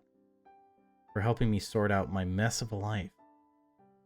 It's a strange way to describe what I did. No, for real, I mean it. Thank you. What's with that all of a sudden? I just felt like saying it. We take a little break so I can stretch my leg. I massage my knee, it's starting to hurt. I met someone new the other day, by the way. In all honesty, I'm bad at meeting new people, at making friends. What a weird kind of, I don't know, turn that we took. We kind of hit this corner drifting at like 130 miles per hour. But I damn well try. I met a woman named Anne. Funny, right? I'll have to introduce you to her. I think you'd really get along. A woman? Hey, don't get jealous now. I'm not. There's no reason for you to be jealous of anyone, Grace. Or you, Anna. You're the most important people to me in the world. That's true, and the girls know it's true. They mean the world to me. I care about them, and they care about me, and that's what truly matters. Jack, did you happen to be dreaming about what happened before? Ach, how do you know these things? Just a guess. And it looked like you were having a nightmare. Does that still bother you? Of course it still bothers me. Everything that happened was my fault, after all. Again with that. Jack, do you think your new friends want to see you blame yourself? Do you think we want that to see you in pain? You should let it go already. No, I can't do that. Someone's got to take the blame. I will not allow a crime that horrible go unpunished. Can't let myself go blameless. So if anyone else finds me guilty, I will find myself guilty. The world needs to be fair. And I'm to blame as well. I did some disgusting things. Me too. If things had gone how I wanted, I would have done something really bad. So we shouldn't be forgiven either. No, that's different. What I did was so much worse. Oh my god. For God's sake, you two. I killed people who were doing their best to help me. Your parents, Anna. If I don't feel guilty for that, what should anyone feel guilty for? I did something unforgivable. I deserve much worse than just feeling guilty. Grace and Anna look at each other worried. Don't worry, I'm not going to do anything stupid. If I thought there was no point in going on, if I thought we were beyond saving, I would have ended it all in that empty building. You don't mean that. The pain in my knee has spread upwards. My thigh is cramping. I sit down in the grass. Your leg hurts? Yeah. Maybe that means it'll rain soon. Yeah, maybe that's it. I should have killed you. Can I help? It's fine, it'll pass. You shouldn't be so selfish, Jack. What, about my leg? You know I'm not talking about that. You say you can't forgive yourself for what you did, but you're only thinking of yourself. I know. She's right. You're not thinking about how people around you feel. I know. But I just can't. You two, do you not feel bad about what you did or tried to do? Their eyes meet again. Of course we feel bad. And yeah, I'm not going to lie, there's still plenty of bad feelings between us. How could there not be? But we both know what we need to do. We need to move on. Not to forget what happened, but to accept it and keep on living. We haven't managed that yet, but at least we're trying. So please try with us? Can I do that? Can I make myself throw away this awful weight? I'll try. Okay? I can't say I'll do it, but I promise I'll try. Thank you. That's all we wanted to hear. Help me get up, will you?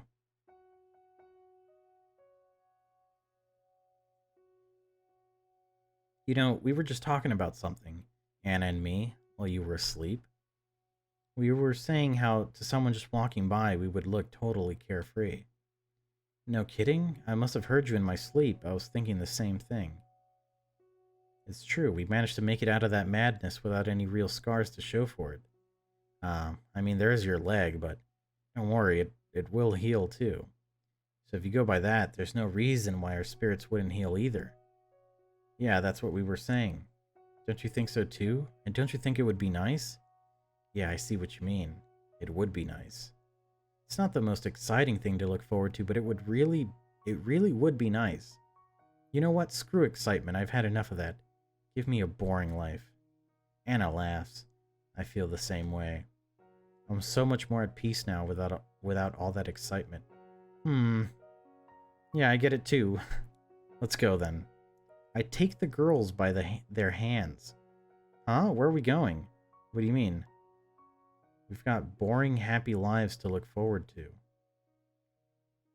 I take a few grand steps forward. My leg cramps up again. It sends me tumbling to the ground. Jack! Are you alright? Are you hurt? Laughter spills out of me. I'm not hurt at all, but I had such a dumb fall that I can't help but laugh.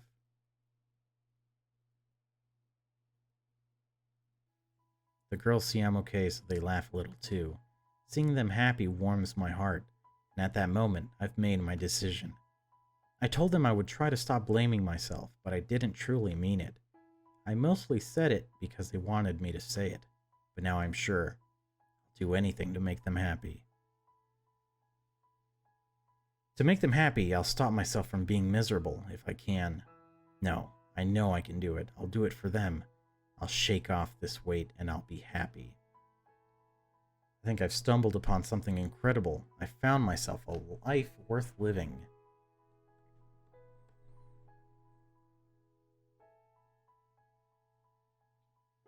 So you just have a harem? You did it, dude. You got the best of both worlds. And that's why you don't kill people. Thank you for reading. Yeah, dude. Did it all in one shot. My throat is shot. I even felt dizzy earlier. Wow. So that's all the endings. It's 4 endings, I believe. Really fucking great game, actually. Especially when you consider the fact that it's free. Like, you could just go download this on Steam right now. How is this free? Why is this free? Don't you care about yourself? How much work did you put in for this to be free, dude? That's what I don't get. Please take care of yourself. Developer, whoever you are. other than that, thanks for watching, guys. I know this one was fucking incredibly long, but if you stayed for the whole thing, then you're the best. I love you. We're wolves in a sheep's world, and all that other DeviantArt romance stuff. You and me against the world. Anyway, thanks for watching, guys. I'll catch you on the next one. Can't guarantee it'll be 4 hours long, but hope you look forward to that. Bye-bye.